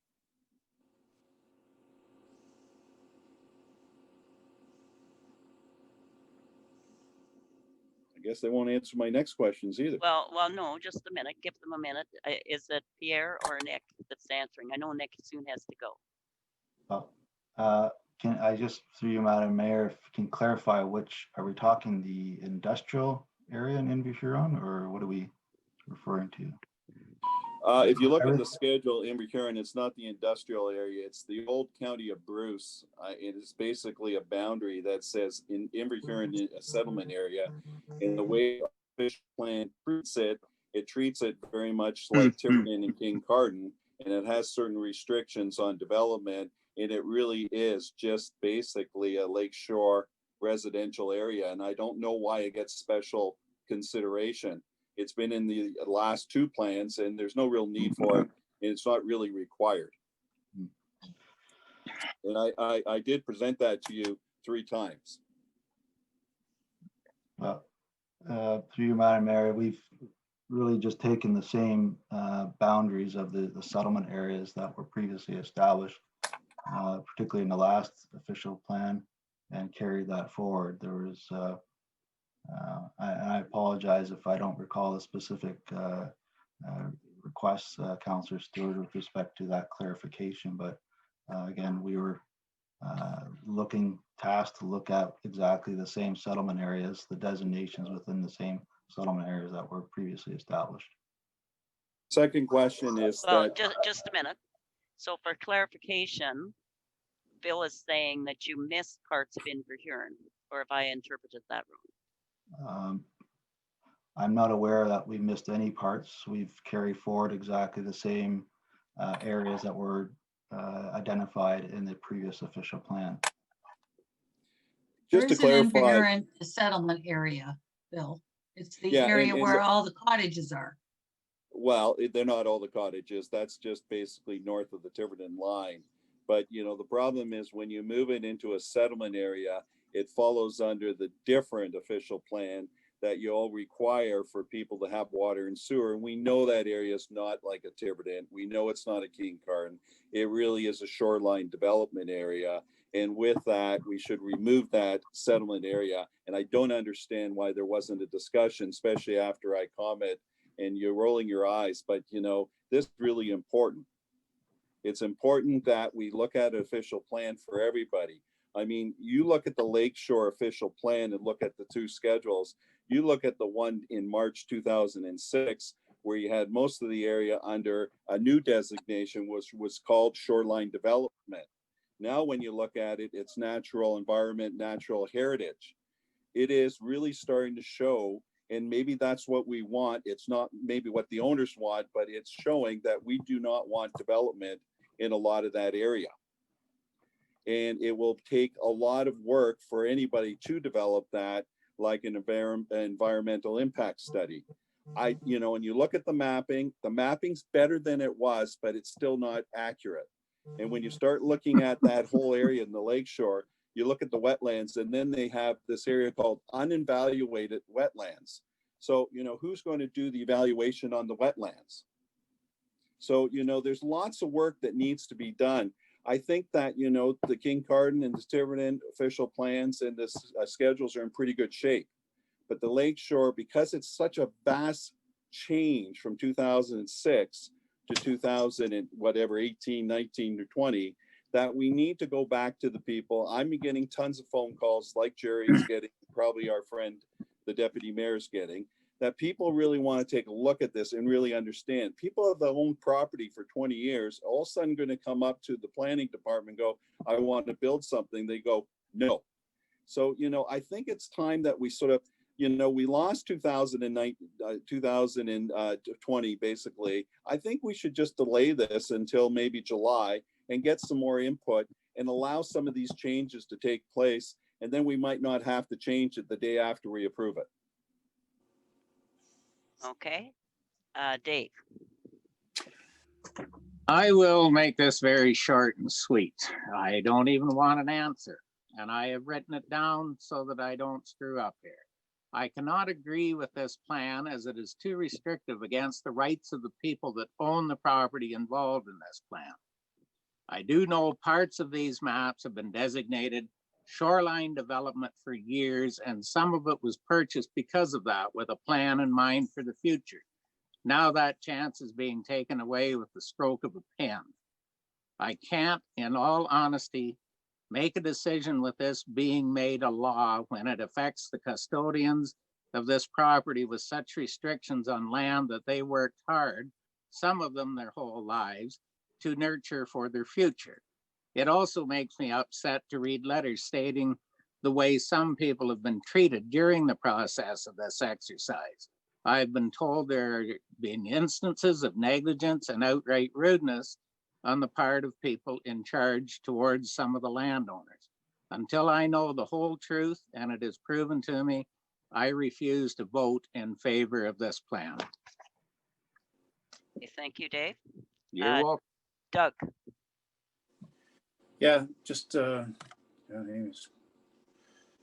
Well, you know, I get more pluses than negatives. I do have people that have told me that we're disappointed in them, but I have a lot of other people that are excited about the different restrictions that have been opened up a bit. And you know, for us to delay this thing till next July, you know, to take away the development out in 21 highway, you know, and behind no frills there, you know, I can't vote against that. Like, we're going to take another year off with money that we've borrowed, you know, to get those lands developed now that we've made some changes for those people to develop those lands. And I'm hoping the people that are disappointed, that we can deal with them over the next year or two and with an open mind. And that's how I feel about it.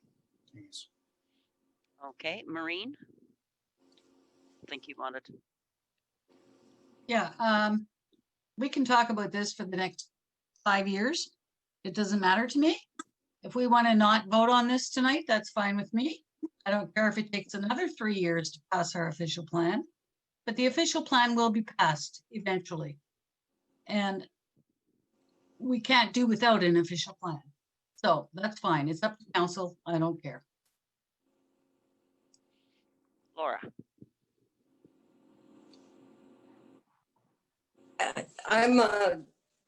You guys are giving me whiplash. A few weeks ago when we were dealing with the woodlot in Huron Ridge, you were like, oh my goodness, this shouldn't be allowed. We have to protect the little woodlot in Huron Ridge. And now it's like, even though that area was zoned or designated residential, now we're looking at how do we accommodate growth along the shoreline in Tiverton, in Kincardine, yes, in Huron, in the Bruce Energy Center. And we're coming up with policies to try and both protect the environment and at the same time allow for development to occur. What I'm hearing is you're disappointed that there are environmental protections in there, but I'm not hearing what you want changed. And Bill, when Pierre and Nick came to us back last summer, and I'm not sure of the exact date, these maps were provided and showed Inverhuron as the settlement area.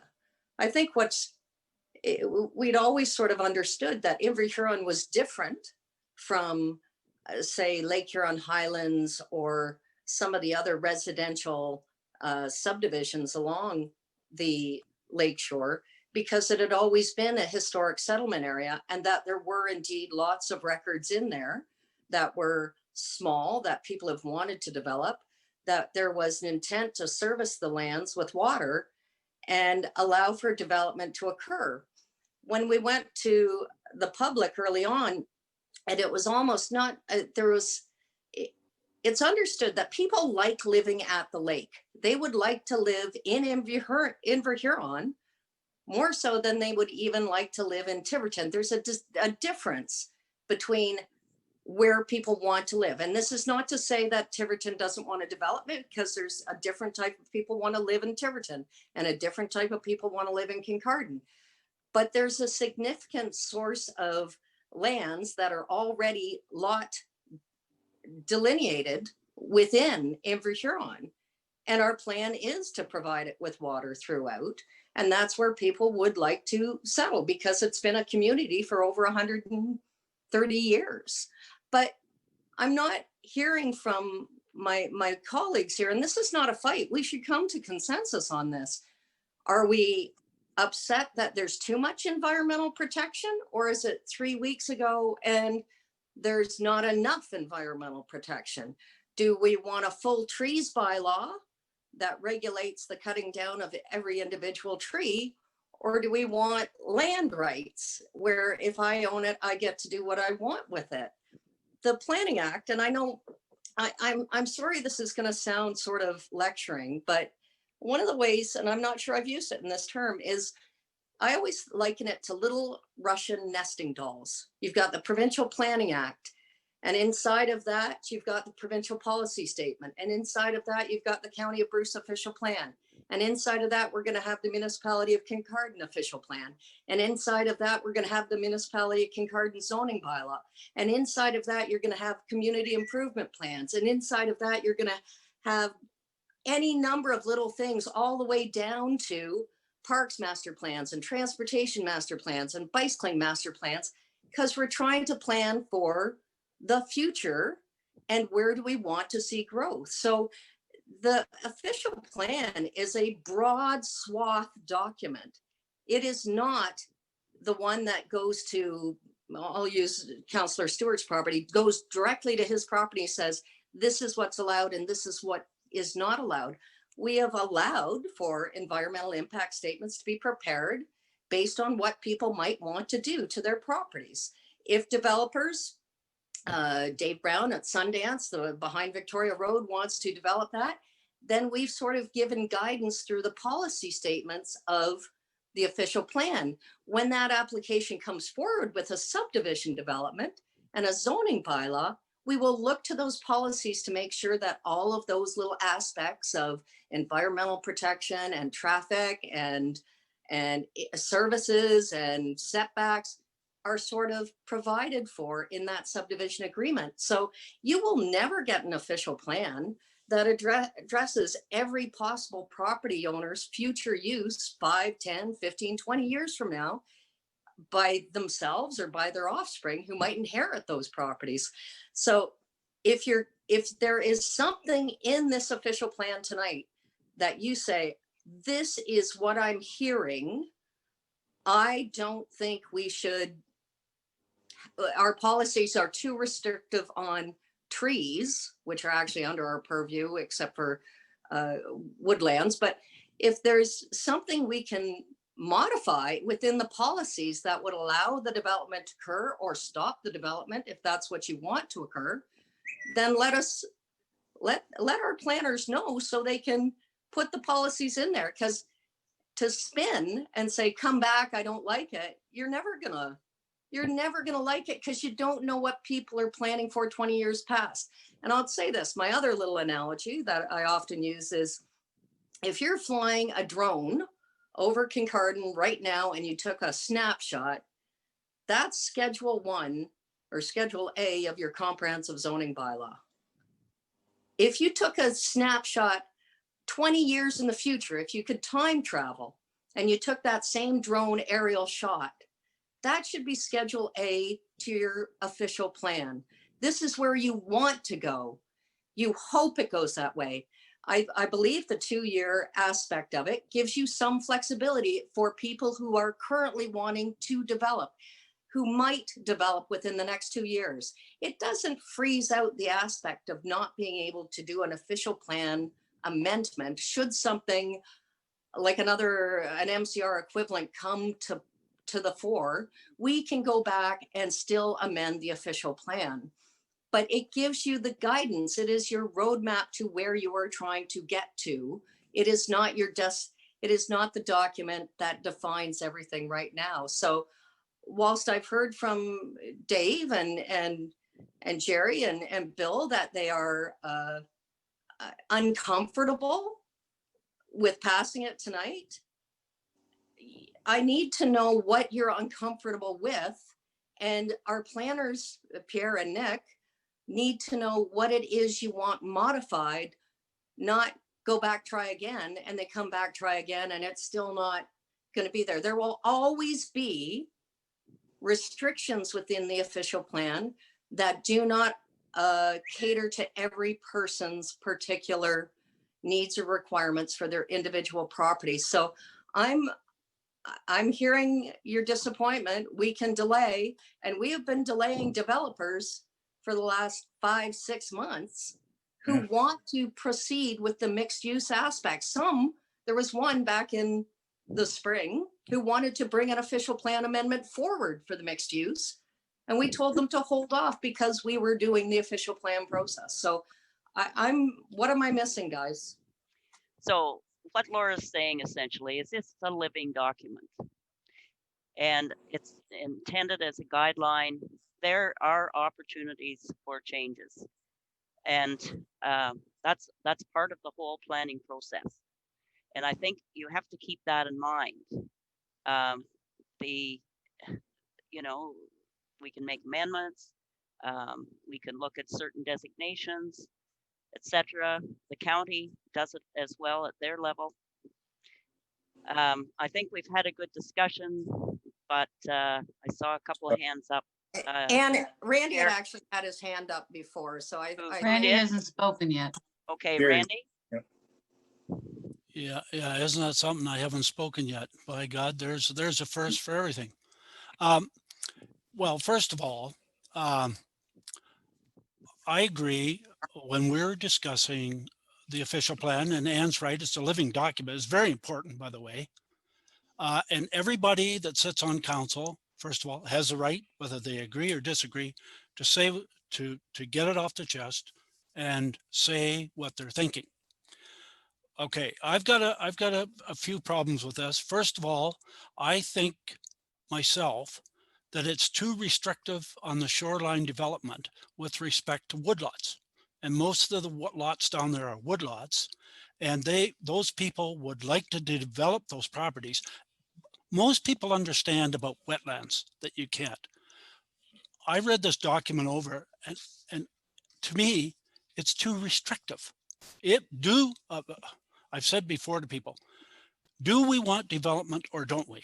And if the answer is yes, we want development, then let's make this document, first of all, that we, the elected officials, understand what's in it.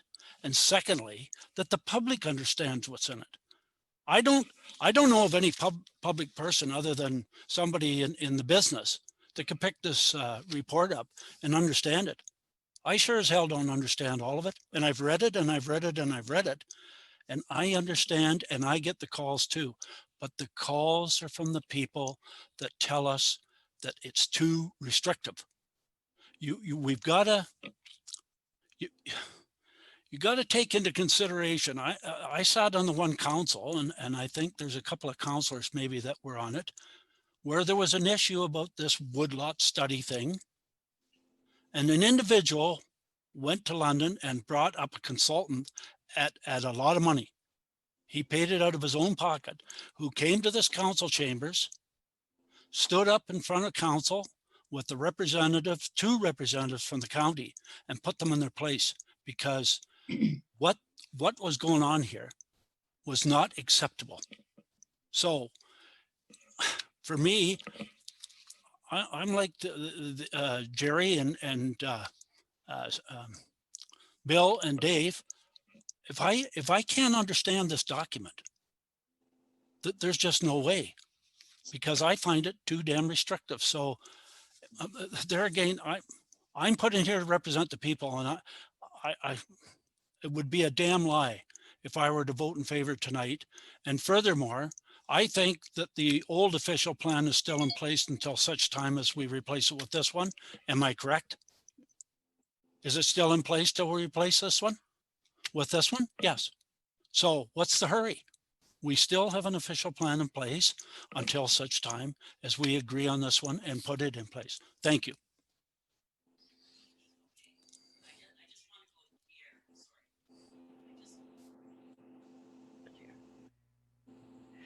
I just want to go to Pierre to clarify along the lakeshore, the natural heritage woodlots, and if you could just clarify that, because when it comes to significant woodlands, it's just not our wishes. We have to take into consideration how it all fits together under the provincial policy. Could you just explain that again?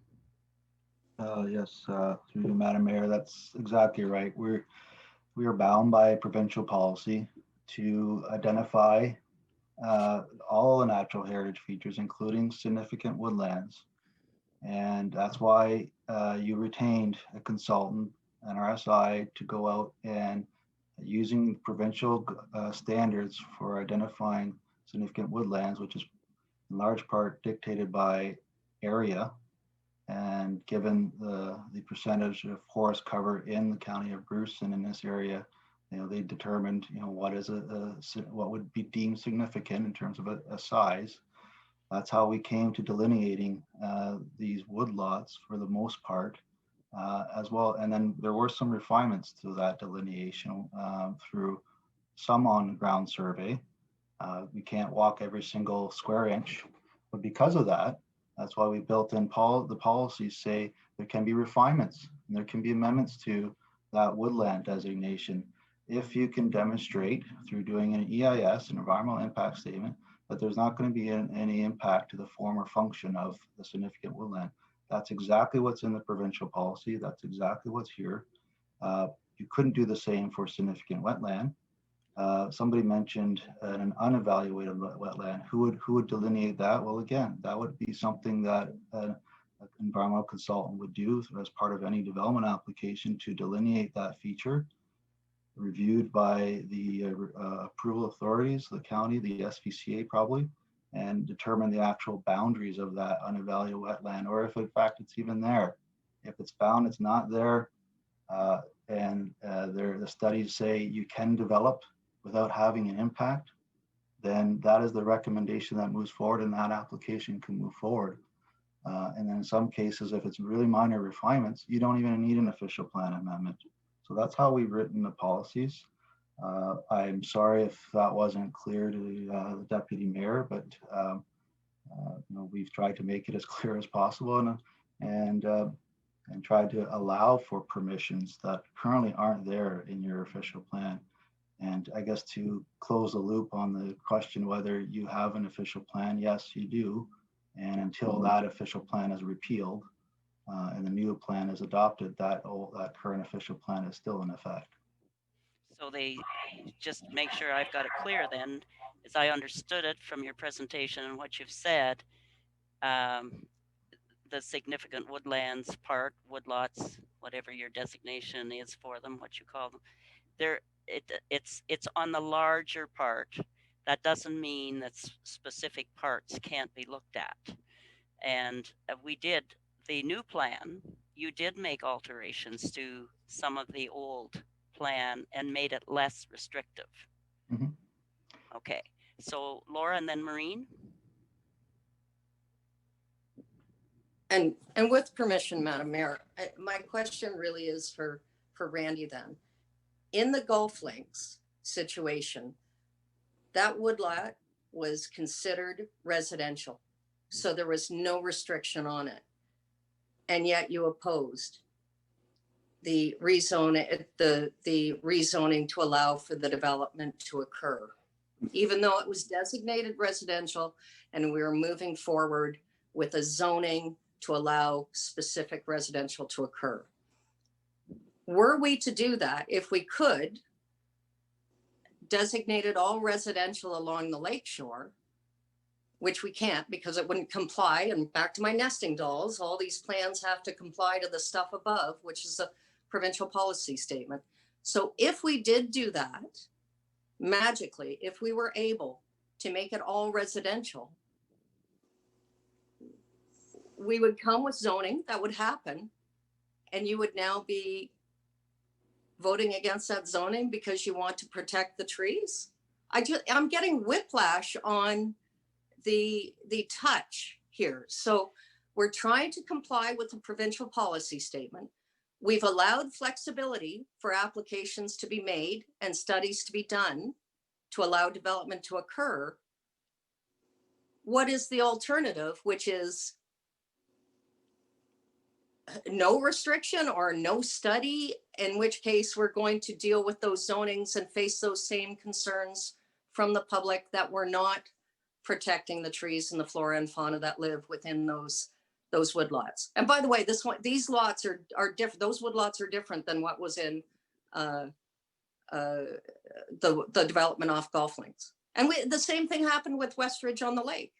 So this will always occur. There is a tension between development and the environment. So I'm still not hearing what you want to be changed in our official plan to go forward to plan for the next 20, 25 years. All I'm hearing is, I don't like this. Okay, Give Laura, me the alternative, please. Okay, and Maureen and then Jerry. And I'd like to wrap this up. But it's very important. Yeah. So I want to make sure everybody understands. I would like to wrap it up too. Yeah. I want to make sure everybody understands though, some of these details. So Maureen, go ahead. Yeah, what I'm saying is our current official plan does not allow anything, any development on the lakeshore. There's a whole swath of protected woodland there, which we fought. And Randy's right. There was somebody that came up and said, they're wrong. We can do this. And it never went further. But now we have an opportunity to give developers a chance, to overcome the significant woodland designation if they meet certain criteria, which they will, because they want to develop. Also, we cannot forget the development up on the business park. That is essential to our survival. And we have spent all kinds of money to develop the servicing in that area. And now, if we are not going to pass this official plan, then it means that they are not going to be able to develop unless they do spot official plan amendments. And that is not what we want. We want to make our business open to developers. And this is just stopping it. So please, council, I implore you to pass this. If there are individual cases that need to be adjudicated and amended, that's fine. We will deal with them on a case-by-case basis. But please, council, let's pass this so that we can move on. Okay, Jerry and then Sharon. Thank you. I apologize. I didn't intend for this to take this long either, so I apologize for my part. But I guess where I'm coming from is that what people are saying to me is that it's been 8 or 9 months and they didn't care about this. They didn't care about what you wanted. They didn't care about what I wanted. They were concentrating on their own lives. And so what they're saying now is they woke up and they don't like this or they don't like something. And it's not for me or Councilor Roper or anybody or Deputy Mayor Roper or anybody else to try to figure point. What we're now hearing is people are waking up and they have some concerns. So what I'm proposing is maybe we have the 30-day grace period. If there's anybody out there that has anything to say, we need to hear it right here. Then we have another 30 days to review it and circle back to them. If we don't hear from anybody and if it doesn't deviate materially from this official plan, within the next 30 days, we pass it. I'm not saying I'm not supportive of this. I'm saying people do not understand it. They have questions about it and they just woke up from the rock that they've been under because they didn't care about this. So I think we need to do our due diligence, and yes, we have to pass this. We have one in place right now. Let's keep it there. Let's open it up to see if there's any naysayers out there to see if we can respond to them. If it doesn't deviate, then we'll pass this. Let's just stop talking about this. It doesn't matter. This is not about us. It's about the public out there. They're saying they don't understand. They have concerns. Give them 30 days. Put a finite window on it. Let's move on. It's just my thoughts. Okay, Sharon. Thank you.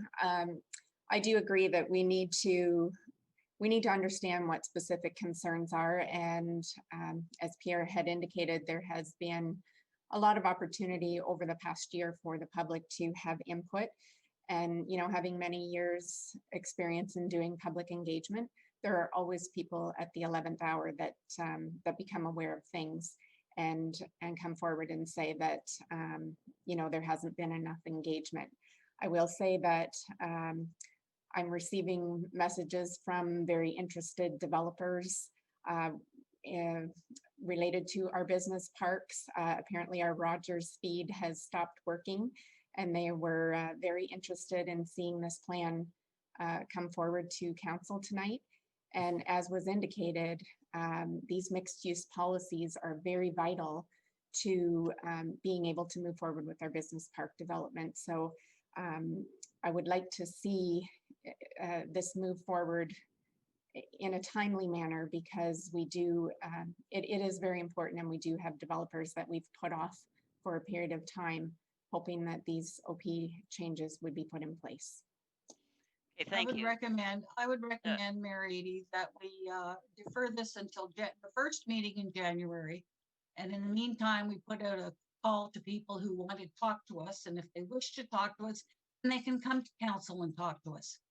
We don't need calls and we don't need emails. We need people to come and talk to us. If they have a problem, then that's fine. But let's put this to the very first meeting in January because I don't think we can put off our developers too much longer. Thank you. I agree.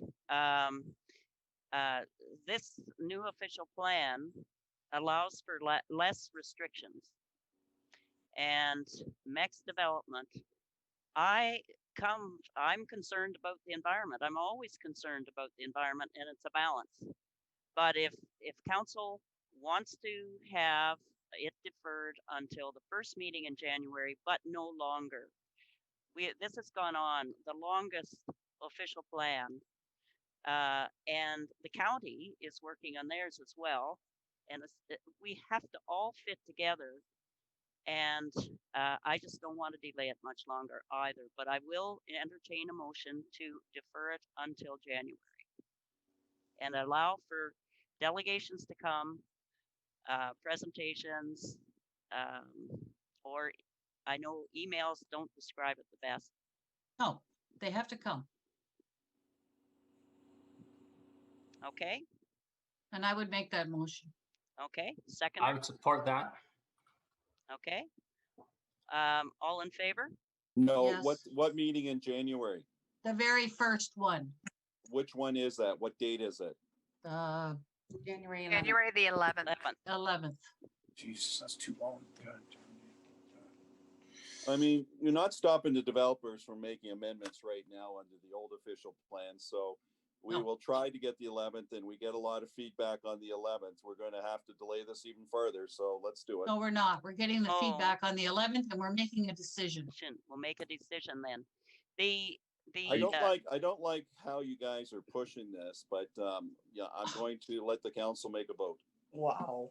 So how many 2 years do you want to go? You just want a to go minute. 4 years? Let's stop. Point of order. No, I'm Point of sorry. order. I am sorry. No. 4 years. You want to do 4 years for the official plan? We'll do that. Fine. I want to do it right. Point of order is, I want you to understand, and maybe Michelle can explain it.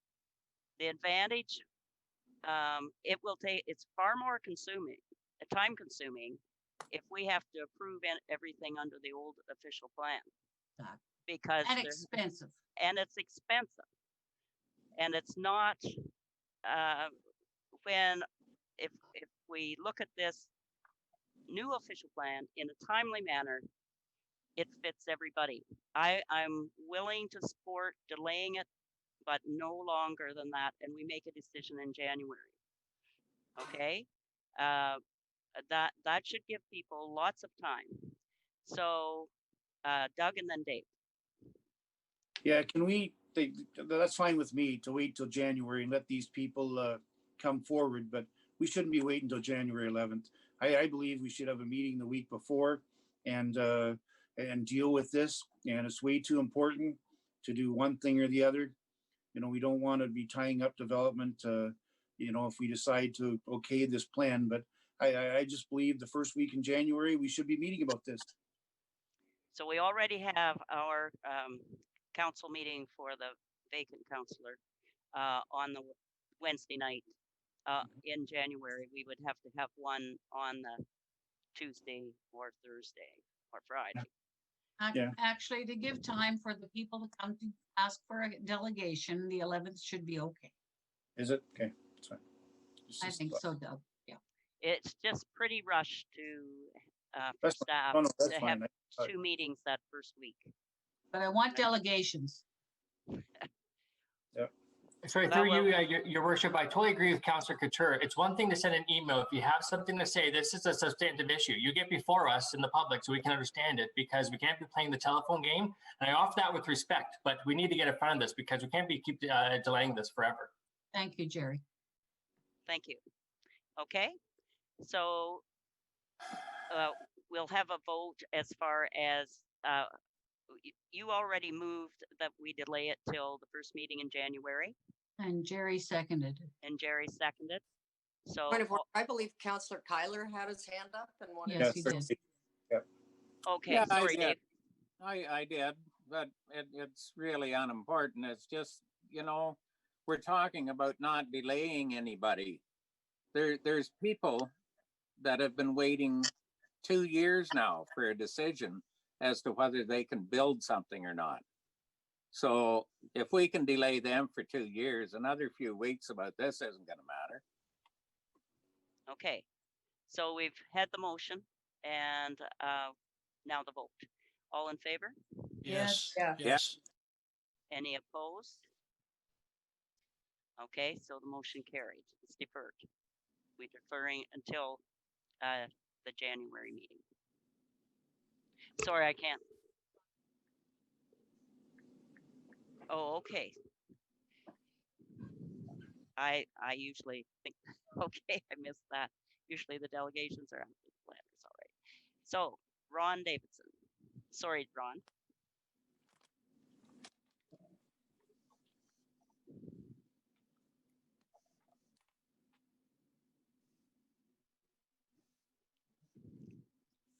Yes, good evening. Can you hear me? Yes. Yeah. Okay, super. Thank you. Yeah, I've been chomping at the bit, wanting to say something about this very matter. I promise you, folks, I will keep it short. I am not just waking up with regard to the official plan amendment, and I know that does happen, but I've been actively involved in this since day one, and probably 2 or 3 years before that. You've probably seen my letters. I have written 4 to the municipality since the official plan process began. David Brown and myself, he's my one client, and Andrew Grzecki is the other. They're both co-owners of a property. We met with the client and your staff as well. I'm sorry, with your consultants and staff as well. And we attended the public meeting. So I just can't let this one go just yet. So I promise you, folks, I'll keep this short. So David and Andrew own a 30-hectare property in Kincardine, just off of Victoria Street. About 28 and a half acres of the site, so almost all of it is designated shoreline development right now. One would think that's a good thing, but when you see the overlay in the current official plan, which says significant woodland, and then you read the policies for the significant woodland, which states, sorry, you're out of luck, no development. So that's, Andy and David have been kicking around a development proposal long before I was involved with this project. But they decided they would wait because they were hoping that the new official plan would help them. It does kind of, sort of, but not anywhere far enough. And just hear me out on this, please. So under the new official plan, rather than designating lands that have a constraint like a woodland back to the shoreline development policy, you've just put it right into the natural environment designation. And whereas there's good news in that in a sense, because the natural environment policies do state that in a significant woodland, you can possibly develop the land. You need an environmental impact study, but you also need an official plan amendment. So we're absolutely no further ahead than we are now. And just so I think your council understands, the way the provincial policy statement reads, it doesn't state that council has to put an official plan amendment policy in place to allow for development in a significant woodland. It states that you have to take a look at the natural heritage features of the site, and if the environmental impact study says that development can proceed, then it can be considered. And the County of Bruce official plan is the same way. There's nothing in the county official plan that says you need an official plan amendment to consider development as significant woodland. So, and I'm kind of passionate about this because I think maybe you've gone too far, but on the one hand, the door has opened a little bit. It does state in your new policies that you can consider development, but again, it needs an official plan amendment. And just so we understand where we sit, we've already done that environmental impact study. There was one done 10 years ago or 12 years ago, but there's another one that was finished about 10 or 11 months ago. And it was submitted to the municipality in support of my request, which was, please don't stick these lands, specifically these lands, in the natural environment designation. Call them shoreline development. And on that note, what I would recommend, or have recommended, but I don't want you to have to go back to the drawing board, but I would have recommended that you actually have your significant woodland mapping, again, as an overlay to another land use designation, so that if somebody did have developable land, say they're designated residential or shoreline development, that you don't need an official plan amendment to facilitate a plan of subdivision. So my request simply is that I can only speak for Andy and Dave tonight, that you don't put their property in a natural environment designation. Put it in shoreline development. We've done the environmental impact study. We're going to submit a plan of subdivision application probably in 4 months. We still have to demonstrate that we're not impacting that woodland feature. And I honestly think, Mayor Eadie and members of council, that that's a fair and reasonable approach to dealing with that official plan problem. Thank you. Thank you. Does anybody have any questions? Could Pierre respond to that? Okay. Because we did look at that area. Okay, Peter, did we lose him? Oh, I'm still here. Okay. All right, Pierre. Sure, I'll try to respond to that. And we did meet with Ron and his client. Seems like almost a year ago. But as Ron quite pointed out, they're quite correctly pointed out that there is some flexibility there. It requires an EIS that would be normally submitted. And the policies where I would disagree with what Ron had said, it doesn't require an official plan amendment where there's refinements to those features through once a study is done. So I'll read you out of section, and I believe we pointed this out to Mr. Davidson when we met with him, but in 273 or D73 of the OP policies, a draft, it says second last paragraph of that section, it says such refinements made through this process are deemed to conform to the official plan and will be incorporated during the subsequent official plan update. Where the boundary to the natural environment designation is refined, the abutting land use designation or designation shall apply. So presumably, if there's an abutting shoreline residential designation, that would just get extended into the area that's being refined. And there's no official plan amendment there. So we believe this is a fair and balanced approach, and it's transparent.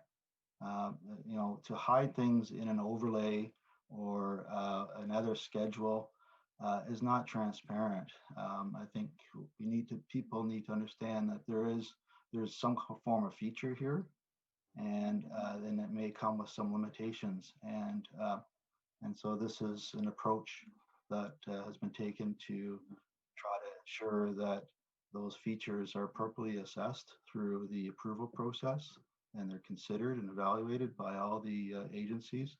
And through that process, they would conclude and obviously come forward at that time to you for an approval decision. And those approvals would occur at that point. But that would be in the context of a plan of subdivision in this case, and a zoning bylaw, and perhaps not. There's no need for an official plan amendment given the refinement policies of the official plan. Okay, thank you. So the same would apply to other designations, like if it's already part residential and part natural heritage, it doesn't necessarily have to have an OP amendment. Yes. If you have the EIS. It's just the abutting designation. So. Okay, thank you. You had a question for Mr. Davidson, Councillor Stewart? Yes, thank you very much, Mr. Davidson. What did your EIS cost you?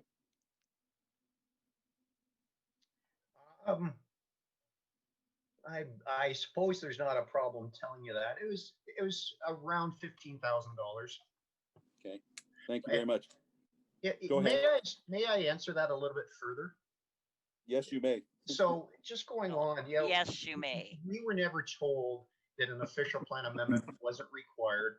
There was talk about if it's a minor refinement that an official plan amendment would not be required. In fact, I had this discussion just I don't know, probably 6 weeks ago, and nobody could assure me that an official plan amendment would not be required, because this just isn't a little blip. Like, we're talking about a good chunk of land with likely 30 nice sized beautiful lots on there. And if I can get assurance that we don't need an official plan amendment, I'll stop talking. Thank you. Just to get back at that and just answered his question, this is one of the problems with the lakeshore. I wish we could separate the lakeshore from the rest of the Tiverton and Kincardine. We could shove that over to Walkerton ASAP. But I don't think that's possible. We can't take one out. But, here's a prime example that, I'm for development. I'm for good development and keeping the trees and keeping the houses, because, people want both of those. But this is the problem is you walk into our council, you walk into the planning, they said, well, you need an amendment. You got to prove to them that you don't need an amendment. And then they'll say, oh, that's fine. You don't need an amendment. But right from the get-go, Ron was under the assumption he needed an amendment, and he's still under the assumption he needs an amendment, and that's where the problem lies. If we can fix that, and we can fix that in 30 days, I would vote for yes, yes, yes. Okay, I think we've had enough discussion. Environmental impact studies are part of every development pretty well in along lake shores. It has been for decades, or as long as I've been around any developers, and it's just part of doing business. And so anyway, we've had enough discussion on the official plan. We're deferring it. So I'd like to move on. And that is to 7.1b, the McWade subdivision part lot control exemption application. And back to you, Michelle, right? Okay. The owner of the above noted property, which is the McWade Estates, and the subdivision, by the way, is in Tiverton.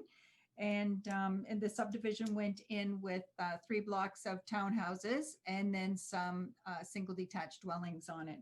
It's the extension of Mill Street. And the owner of the subdivision currently now has made application to remove certain lands from the part lot control to facilitate the creation of the 6 lots to permit the development of the townhouse complex with each unit contained on their own property. So it's similar to what was done right across the road. They build the townhouses and get the foundations in the proper spot, and then come along and put the property line down the center of the units, so that they're creating individual lots for the townhouses to be sold. And the report indicates about the part lot control. It's good for 3 years. And the recommendation is that we go forward with the part lot control and forward it to the county for final approval. Thanks, Michelle. Are there any questions for Michelle?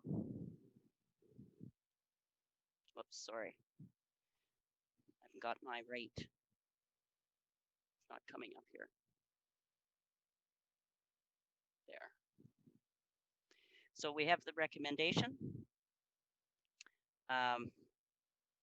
And I'll let Jennifer go ahead now. So the recommendation that the council adopt the bylaw to remove certain lands, lot 5, registered plan 3M 220, part lot controlled, and forward the bylaw to county for final approval. That is moved by Dave Kyler, seconded by Maureen Couture. All in favor? Yes. Any opposed? And that carried.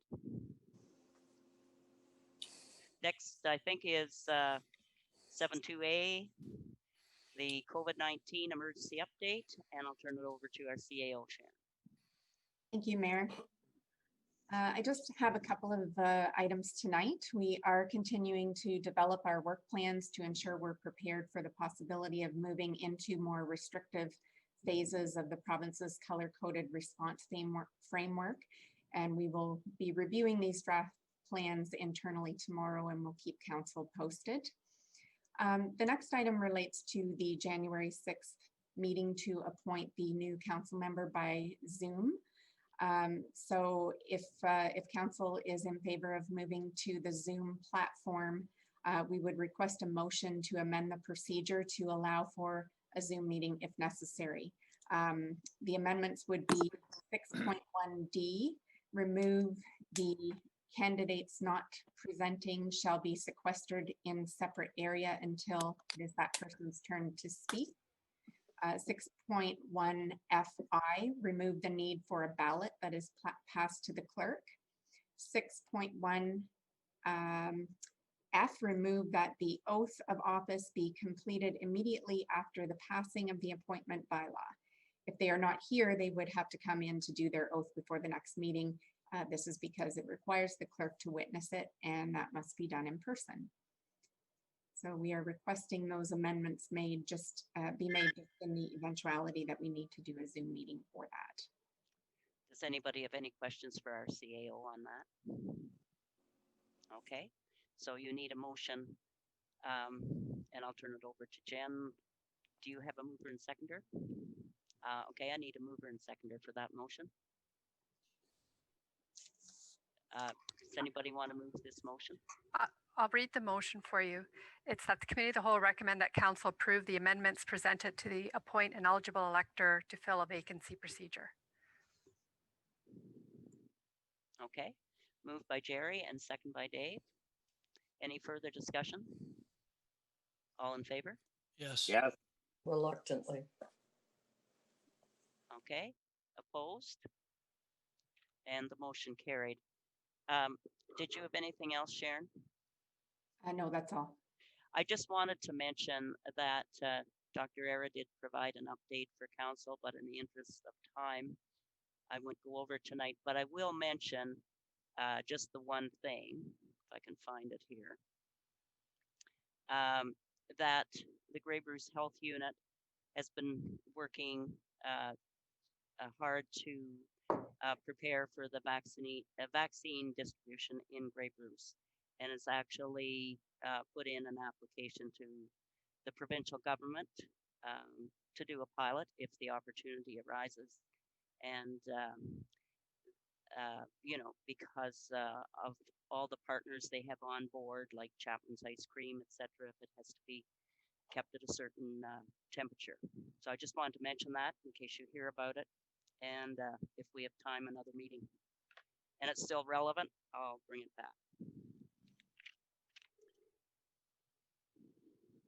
So next, Sharon, is our physician recruitment program review. Okay. Or update. Thank you. So Bruce Power, the town of Saugeen Shores, and the municipality of Kincardine are parties to a memorandum of understanding that was adopted in 2015, and it expires on December 31st, 2020.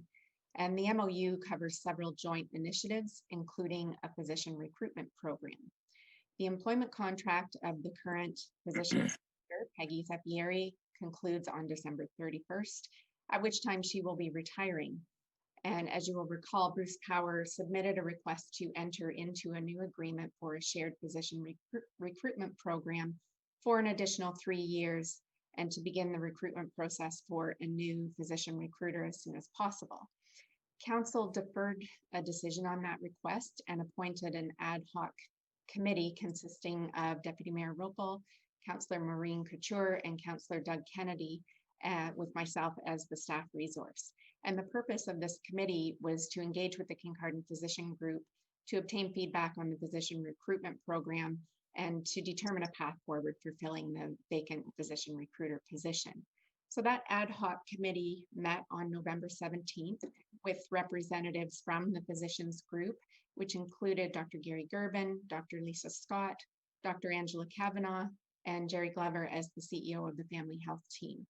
And the recommendations before you in the report are put forward by the ad hoc committee reps based on the discussion with the physician group.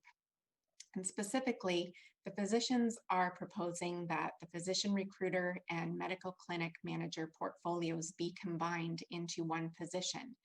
And in 2021, the physician group would hire the position as an employee of the clinic, and the municipality of Kincardine would redirect their existing $40,000 contribution to the Kincardine Family Health Organization to offset the cost of hiring the joint position. They're also recommending that the municipality request Bruce Power to contribute $20,000, which represents half of their existing contribution to the combined program, and that would be used to offset the travel, marketing, and other physician recruitment expenses. So that would be essentially their annual budget for running the program for the year. And then that the municipality would still be responsible for providing the incentive packages and managing the locum houses, but that the new position would take care of some of the logistical arrangements for booking the locum doctors in and out of the locum houses, which is currently done by the CAO's office. So some other considerations are that there is still an advantage to maintaining a regional focus on healthcare related matters, and physician recruitment is one of those matters. So it's recommended that the partnership with the town of Saugeen Shores and Bruce Power, as outlined in the original memorandum of understanding, be continued, or at least a version of that, to really be able to continue discussing matters of regional interest and continued collaboration where synergies are identified. If council does adopt the joint physician recruiter position, it would be, we would suggest that this position take over the locum house bookings as we mentioned. And the clinic would communicate with the municipality regarding the bookings for maintenance and invoicing purposes. So with respect to the current physician recruitment ad hoc committee that council appointed, we would recommend that they would remain in place if council decides to move forward with this new model, so that they could develop the framework for the physician recruitment program, as well as reviewing other aspects of the municipality's healthcare related spending, which would include also the locum houses, any incentive payments that we make to doctors, expenses around the medical clinic, and revenue that we get from other contributors. We do have significant annual healthcare spending, and I think it would be a great opportunity to dig into that a little deeper to ensure that we have good value for the money that we are spending. Now, I will say that today, Mayor Edie received some correspondence from James Skoniak of Bruce Power, and she would like to discuss that with council before we discuss the recommendation for the ad hoc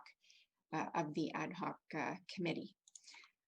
But just to summarize, the recommendation is that council approves the request for the combined position, that we would provide the annual contribution of $40,000 to offset the cost of the position, and that the healthcare ad hoc committee remain in place and be authorized to develop the physician recruitment program framework and agreement in conjunction with staff for council's consideration, and that we would consider some sort of joint agreement with Bruce Power and Saugeen Shores to continue that regional collaboration.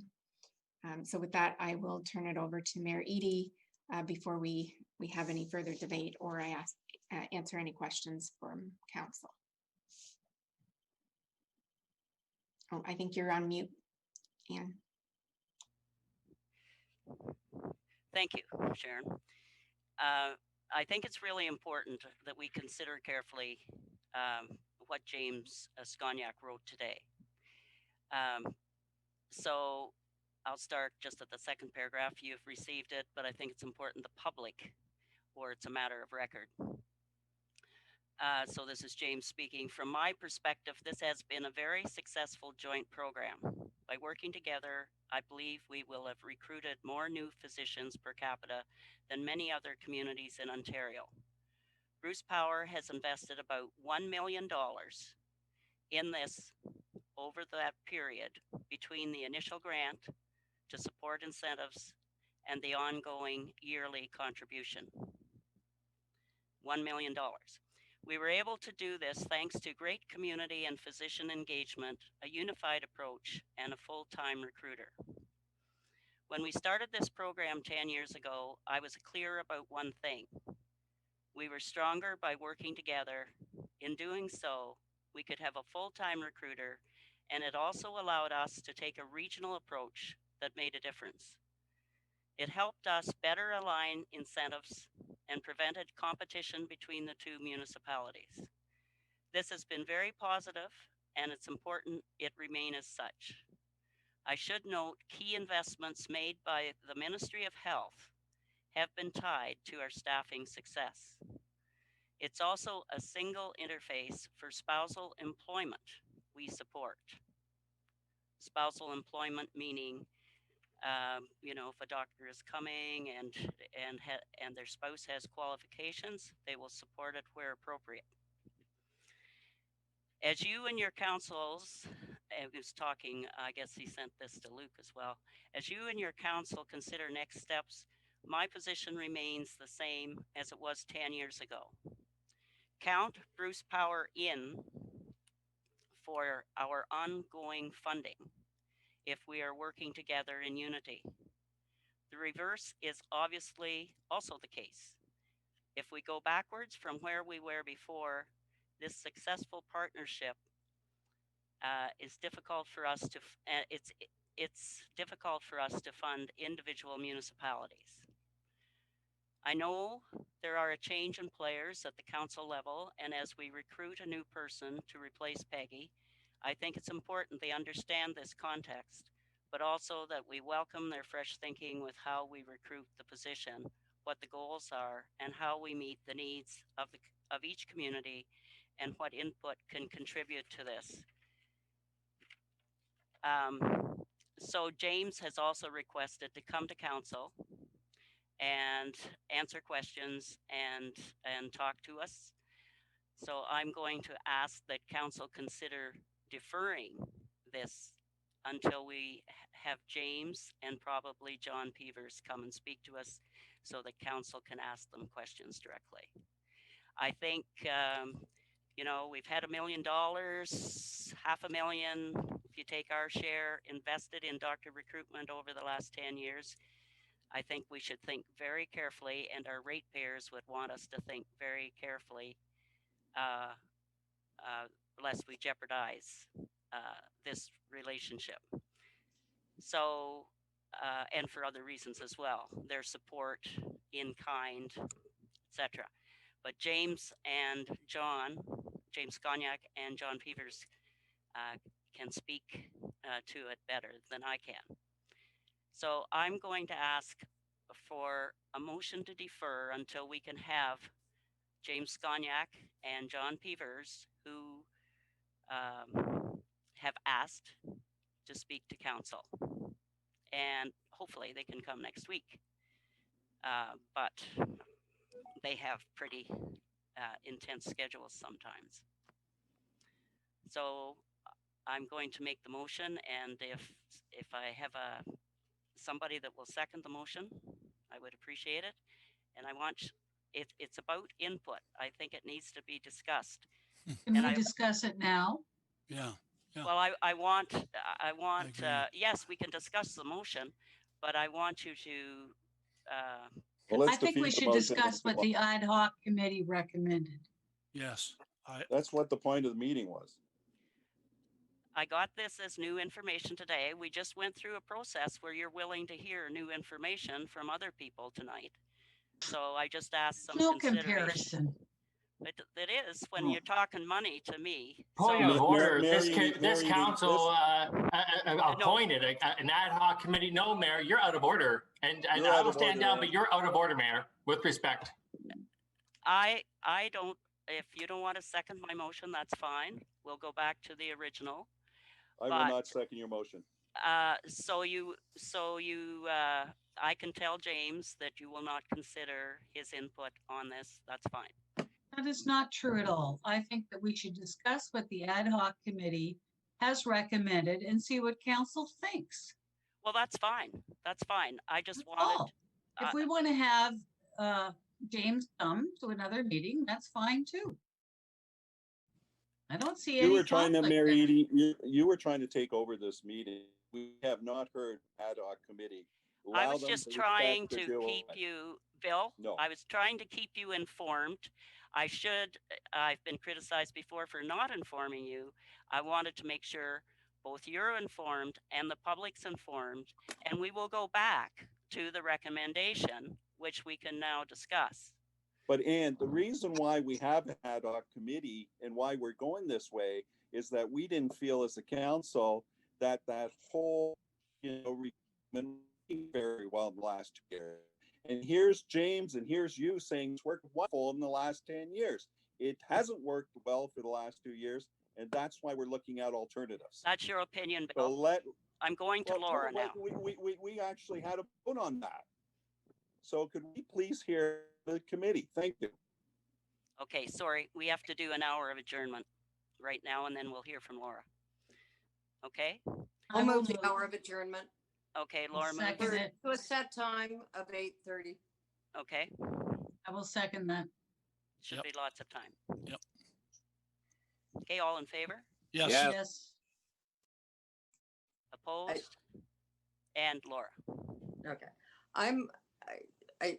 And I don't think it's whether we defer or not defer. I think it's just premature to ask for the motion to defer. Whilst I would love to hear from James and John on Bruce Power's perspective, I've not been part of the ad hoc committee, nor do I know the results of any of the meeting that took place. So I'm going back to, I guess, September when this was it September when this was formed? And I haven't heard anything since. So I think it's just to have the discussion on what the meeting that has taken place, and then have the motion to would be in order to have, if you wish to defer, or if we wish to invite Bruce Power, or if we wish to invite any others to hear from. At least that's from me almost outside looking in on this particular issue. I haven't, so I just so you know, I just read this last night. And so we'll go back and discuss it. Okay, Maureen? Maybe I can report on the ad hoc committee's discussions with the physicians. We met with them. There were 3 or 4 physicians.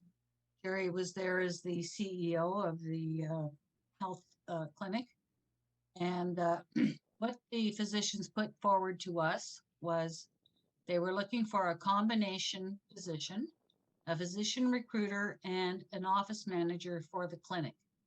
And they would pay almost all of it. And we would pay our 40,000, I believe it was. Sharon, correct me if I'm wrong, but I think that was correct. That's correct. And they would pay the rest of it, which was a bonus to us. Like, if we could get a recruiter for $40,000 instead of $120,000, so we thought that was good. Also, we felt, and to be blunt, that Kincardine was not being paid enough attention to. And we weren't, what's the word?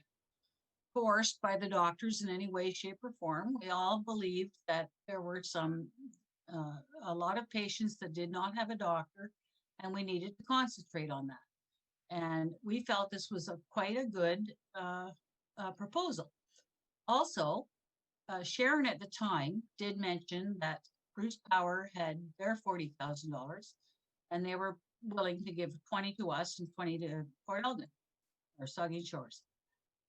Since then, I think obviously from James's email, he's saying, no, if you don't go with us, there's no money. Well, I'm sorry, I'm not too worried about $20,000. I think we can swallow that, considering we swallow so much more in healthcare. But in any event, I would still like to talk to James. I do not want anything to do with Port Elgin. I'm sorry. And I don't think our committee does. And not that we don't like Port Elgin or that we don't respect Port Elgin or Saugeen Shores. I'm sorry, I'm using the wrong word. But they can look after their doctors and we can look after ours. And that's sort of the way our ad hoc committee felt, without being belligerent or anything like that.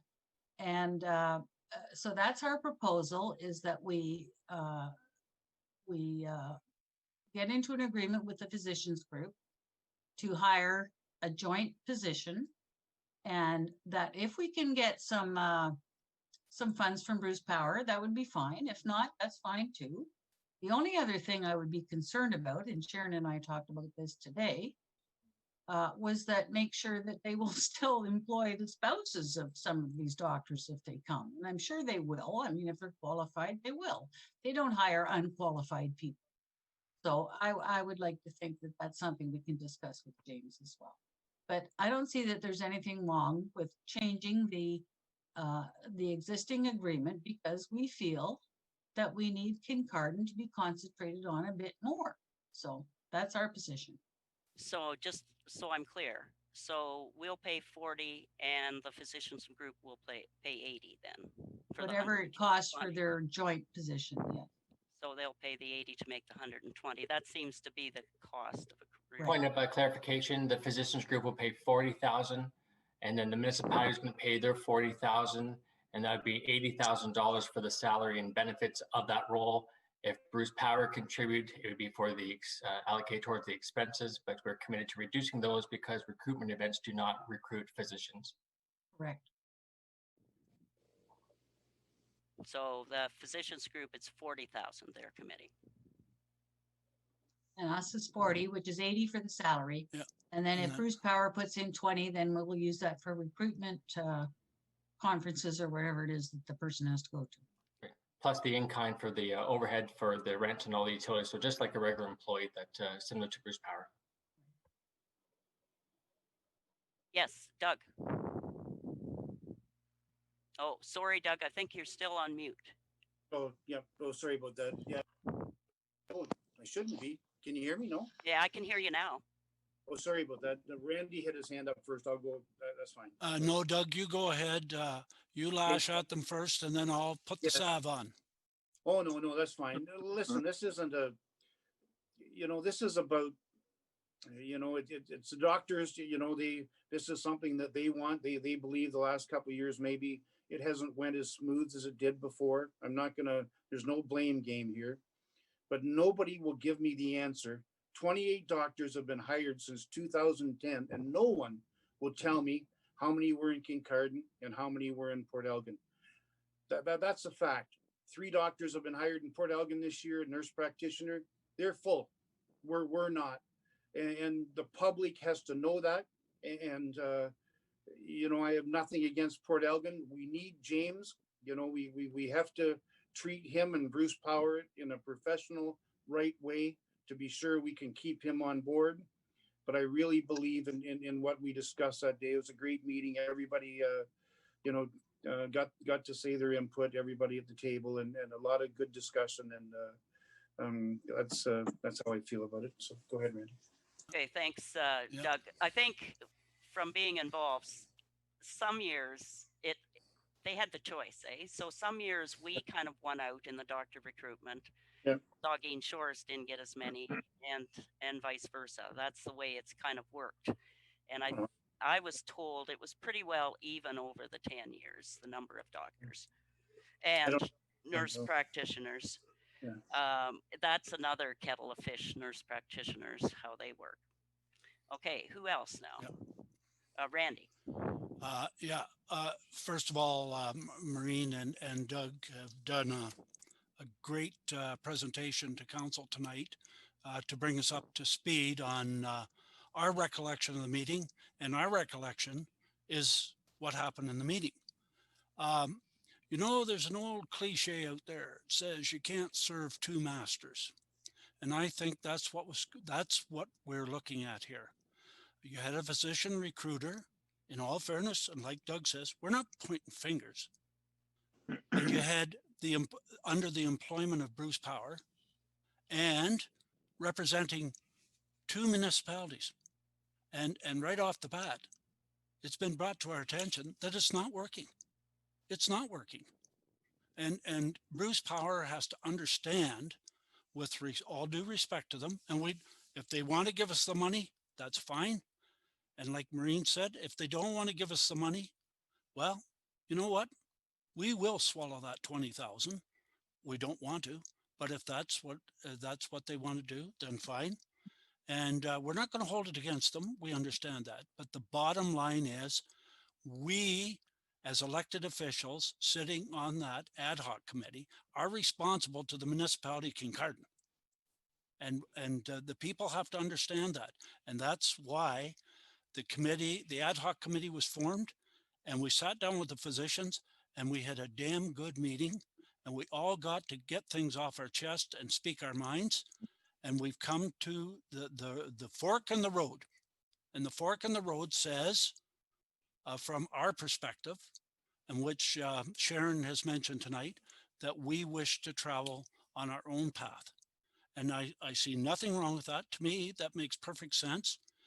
And do I feel or do I have a feeling that we're not going to succeed? No, we will succeed, because the passion on that committee is there to make it succeed. So if anybody out there is worried about this thing's going to falter and our people will suffer, that's not going to happen. So trust me, You're going to have to trust me on this one. Very seldom I'll say that, but trust me, we will come out ahead of the game here. So that's my take. Thank you. Bill? Thank you. And I'd like to thank the HAVOC committee. It's the first time that I feel really comfortable that we're going to move ahead in this program. And, you know, the model seems to be there, and, you know, all the power to you. And if James wants to come over and talk to us, he'll be talking to us about our model. If he wants to support our model and give us 20, 30, 40, or 100,000, that's great. But I think we have decided, and we're going to vote tonight, that we are going with this new model. And I believe with Randy that, you know, I will have a doctor within a year. I've been waiting for 3 years, and a lot of new people coming into our community might even start to get some doctors instead of waiting around. So I'm 100% for this new model. Would turn the committee into a full committee, and they could report back to us either quarterly basis or every half year. Because one of the things that happened under this MOU, guys, I'll tell you, it's been in place for 10 years and there's not one set of minutes on file. I've asked Roxana to take a check of it. So all those initiatives, along with the, you know, the recruitment, if you guys have been having meetings, nobody's taken minutes. So I don't really know where the initiatives are going. So this is going to be transparency, and it's going to be visible to the public. So I'm Bill, we had minutes. I know we had minutes. Sharon, I was at. I have not seen the minutes in the last 2 years. I've asked since I've been I'm here. sorry, can I, Bill, I missed the whole center of that because you'd hung up, you'd frozen. Oh, I'm having problems. So I missed a whole chunk. Basically what I'm doing is I'm agreeing with the model. I'd like to vote on the model. And if James wants to come over and talk to us, that's great. But it's going to be to support our model. And if he wants to give money, it'll be for the model, not for the 3-in-1. We'll just go by ourselves. So I'm in full support of doing the model and move ahead on that. Okay. It's council's wishes. I am disappointed, though, that we're not having James come first, because they gave $1 million for the CT scanner, which will benefit the doctors, and they've given $500,000 over the last 10 years. And I think in light of that, of course, my Scottish ancestry comes out to make decisions on money without getting the full input. I have to say I'm very disappointed. Sharon, you wanted to say something. I think Councillor Haight had her hand up. Oh, sorry. And I think it's premature. You're saying that we're voting on the model and it's voting on the affirmative. I am just hearing this evening for the first time. So please don't assume that whatever has happened. I would like to know from Sharon, does this appear like it's been a change of heart from Bruce Power? Is there benefit to hearing from representatives of Bruce Power before we move forward with this MOU, which could be done even quicker than the official plan? I mean, up till now, I've been engaging with the representatives from Bruce Power and Saugeen Shores, which is, Phil Eagleson from the staff side and John Peevers. And there hasn't been like a firm in writing commitment from Bruce Power that they would provide the 20,000. There was some discussion that it may be a possibility because they want to continue to support physician recruitment efforts in the communities because they see it as very valuable. So, I'm just learning about this correspondence as well. And I don't know what that means towards the $20,000, which was really being proposed as the operating budget for the physician recruitment committee going forward. So they're still going to need an operating budget, even if you do sort of pull back on some of the activities like attending conferences and all those kinds of things. We still want to do marketing and outreach and all those kinds of things. And so we want to be able to give the new positions some money to be able to work with. I still think also that some of the problems that council may have had with the previous arrangement could still potentially exist under this arrangement if we don't provide a clear framework for the recruiter and some accountability to the municipality, some requirement for reporting back, We need to do things maybe a little better, like goal setting, so that it's very clear on what we're trying to achieve. And that's where I'm saying I think there is still value in some of this regional collaboration, because that regional committee could be a forum for discussing a lot of the things that are impacting the healthcare system in Ontario right now. We know that everything's changing. And so we need to learn and understand, do our recruitment activities need to somehow change in order to address the new landscape of healthcare in Ontario? So I guess that's a long-winded answer to say, I don't know what this means from Bruce Power, but those are some of the concerns that I have that I think we should flesh out a bit. Back to Laura and then Maureen. Yeah, then as a follow-up, if this seems to be a change, and again, we're talking a matter of weeks, I would like to hear what Bruce Power's thoughts are, rather than what was a lovely letter and well-written, but I'm not really fleshing this out on whether or not that says we're not giving you any money, or is there a way that we can partner with Bruce Power within a model that still balances their needs as well as our own. So I'm happy to hear from Bruce Power before we finalize anything. And if council votes the other way, that's fine. No, I agree. I agree that we should not make a decision tonight. And Bill, I understand totally where you're coming from. But I think we have to make it clear to James where we want to go and what our thoughts are and what we seem to agree upon, most of council so far anyway, and listen to them, because we need Bruce Power in our community. There's no question about that. We need them to help. Sorry, Maureen. Help out with, and I don't think it would hurt whatsoever to wait till we hear from James. But I think we understand where we're going. And I think our ad hoc committee has made it clear where we would like to go. And therefore, we can address that once we've heard from James. But so that's all I ask, because I'm, you had your great meetings and everything, but I just read this yesterday. I spent Saturday on the budget, and then I get this from James today. yeah. And I see. But I think James should be told where we're coming from so that he's prepared when he comes here.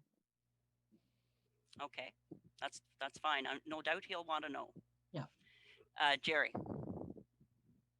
Oh, sorry, thank you. So just obviously consensus here.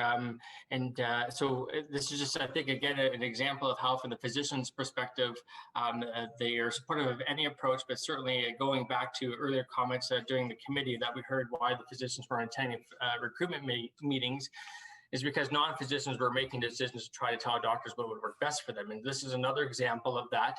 The doctor saying what hasn't worked for 10 years. And so this is what they're recommending forward as the best approach from what they think will work and what they know will work from other areas. So certainly welcome it, but I would hazard, if you're welcoming Bruce Power, then again, we should be extending it to the physicians group, because there's two sides. It's okay for Bruce Power to, corporate system. I'm not taking that away from that at all. We need Bruce Power, but we need the physicians. There's 10 in town. Our census is 12,000 patients. We see just under 15,000, and there's 3,000 people on the wait list. Where do I make up these numbers? The transient population from Bruce Power. Yes, we support them, and the hospital does. That's not our responsibility. We can't tax 10 doctors who can't do any more within this current model. And this is why they put their hand up and said, this is not working. We want a different approach, and this is what we're telling you as clinicians will work.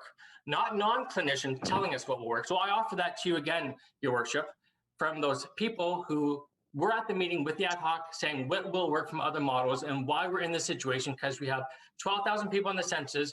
We see about 14,600 people in the clinic as patients, and there's another 3,000 people and growing on the wait list. It's unconscionable the amount of calls we have every day. I'll leave that with you. The other thing is, in your figures, is Huron-Kinloss, about a third of Huron-Kinloss comes. So it's not just the municipality of Kincardine. I've said this before. And the ones in the north do go to Saugeen Shores. So it's not like we're totally separate. The ones in the north from about Underwood up, there's a lot of them go. Does that balance the ones that come in from here in Kinloss? Not quite, but municipal boundaries and health just don't always go together. So I appreciate your comments, and I just would like, I'm fine with the doctors coming. The other thing I wanted to say, as I recall, when this was first set up, that's before Sharon's time, we did have doctor input into the committee, and I don't know where that fell off, or doctors are busy people, and maybe you know, a Zoom, now that it's all in style, or Microsoft Teams or whatever, that would make it easier for doctors to attend meetings as well. So I'm sure there can be good things to come out of this. I appreciate the ad hoc committee, but I really think we should have input, and I'm willing to have the doctors come, Bruce Bauer come, whoever wants to come. That's fine. I would like to make a motion then, Mayor Eady, Sure. that the council accept the ad hoc committee's report as a path forward, and that Bruce Power and the physician groups be invited to a future meeting. I'm not sure when we can arrange that, to convey to them what our ad hoc committee has said, and to receive feedback from those groups. I'll second that motion. Okay. Yeah. Good. And all in favor of the motion? Yes. Yes. Yes. Any opposed? Good. Any opposed? Okay, so I know our agenda. Abstainer. Abstainer. Okay. I don't have a conflict, but optically, I'm going to declare. So Jerry, are you declaring a conflict? I don't have a conflict. The physicians are not my employer. I'm the CEO of the family health team, so I would just defer this. I can contribute to the dialogue, but I'm not going to vote on this either way. So I'll abstain. Abstain. Okay. So I'm just thinking, Jen, for everybody's schedules, it'd be a miracle if it would work next week, but our agenda isn't as heavy if it happened to suit before Christmas, but just to have them here and further the discussion.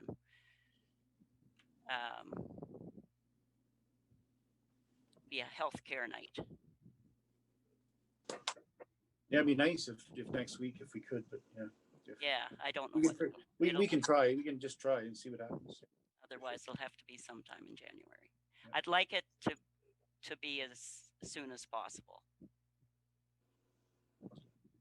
I'd like to see the minutes, please. Yeah, somebody was taking minutes because I know. Okay, I'm going to request the minutes for the last 2 years from the MOU. Thank you.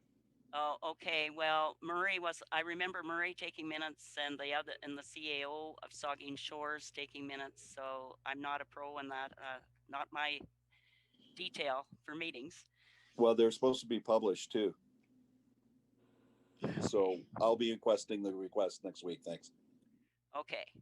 So next, 7.3A, the Arts Center tenants. And that'll be Karen. You're still with us, Karen. How about we accept the recommendation? Yeah. Oh, we have to let Karen, she's waited. Yeah, we can waive their rent because they're in bad times. We know. We got Santa Claus on. No, sorry, Karen's waited. I want her to give a few words. Right. Well, I was going to say that in the interest of time, I would go right to the report recommendation, hoping that council has had a chance to read the report. And the recommendation is that council waive the rent for the tenants at the Kincardine Center for the Arts from August 1st to December 31st, 2020, and from January 1st to March 31st, 2021, due to impacts from the COVID-19 pandemic, and further that this situation be reviewed in 2021 as more information regarding the COVID-19 pandemic and subsequent path forward becomes available. Thank you, Karen. I just wanted to hear your voice. and do you have a mover and seconder, or do we need one from Maureen? Okay, Maureen and who? Randy. All right. All in favor? Yes, yes. Yes. Any opposed? And that carried. Abstainers. Okay, carried. Now we can adjourn committee of the whole. Oh, Move by, Sorry, it's moved by Randy Ropel, seconded by Doug Kennedy, that the committee of the whole adjourn at 8:24 p.m. all in favor? Yes. Yes, yes. Opposed? Seeing none and no abstainers, we'll go to matters arising from committee of the whole. Jen?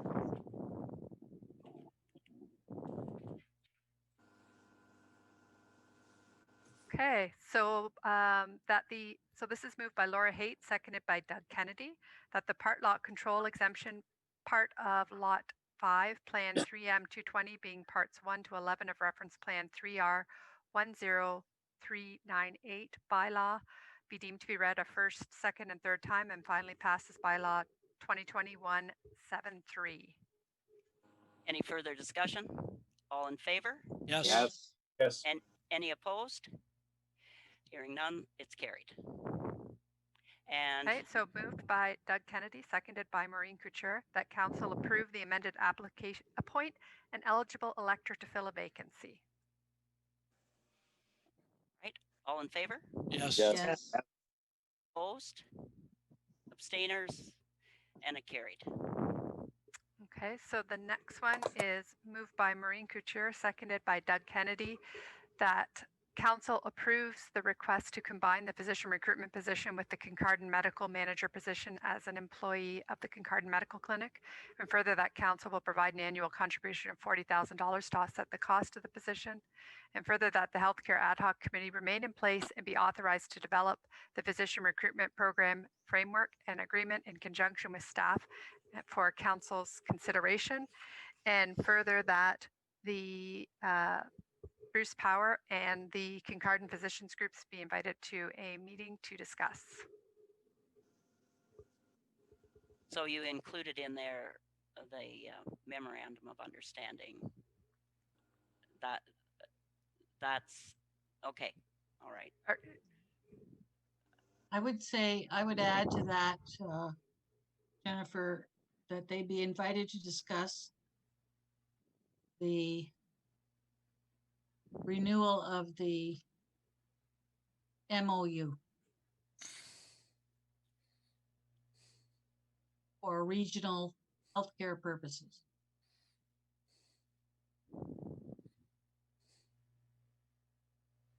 Okay, that's okay with the mover and seconder. Yes, with me. Doug Doug was the seconder, so it's okay with Doug. Yeah, I'm good. Yep, sorry. Okay, all in favor? Yes. Opposed? And that carried. Abstain. I gotcha. And I give up. You're going to have to do the abstainer, Jerry.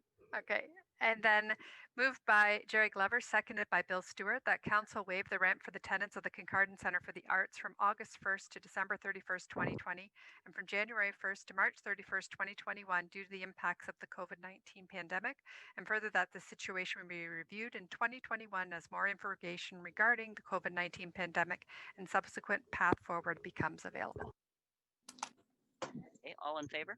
Yes. Yes. Opposed? Abstainers? And that carried.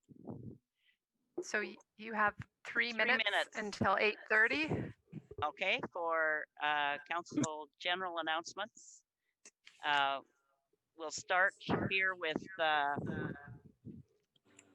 let's see, Councillor Bill Stewart. I'll pass. Councillor Kennedy?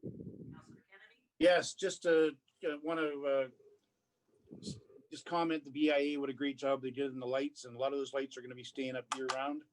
I talked about Big Brothers and Big Sisters last week, about the donation pamphlet they sent out in the mail. I forgot to mention that EBCORT is giving up to $5,000 of matched money to that, so that's really nice of them to do that. That's it for me. Thanks. Okay. And Councillor Haight, Laura? Just, and you jumped in, you didn't let the COVID carol end, which gave the credits. But anyway, I want to thank Bonnie Bryant for organizing the COVID carol this year. Thank you. Okay, it was lovely. Tell them I really appreciated it. Mm. Councillor Glover? Nothing this evening, sir.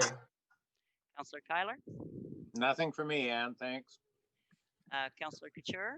Nothing for me, thank you. And Deputy Mayor Ropel?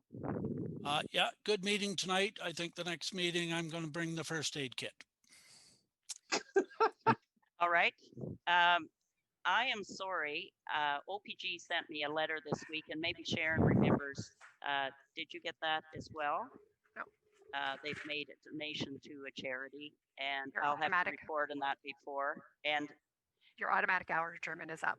oh, Yeah, I just bye. wanted to give you a website. No, sorry, from the Rad Waste. I think it's important you have this website. Can you give me another 2 minutes?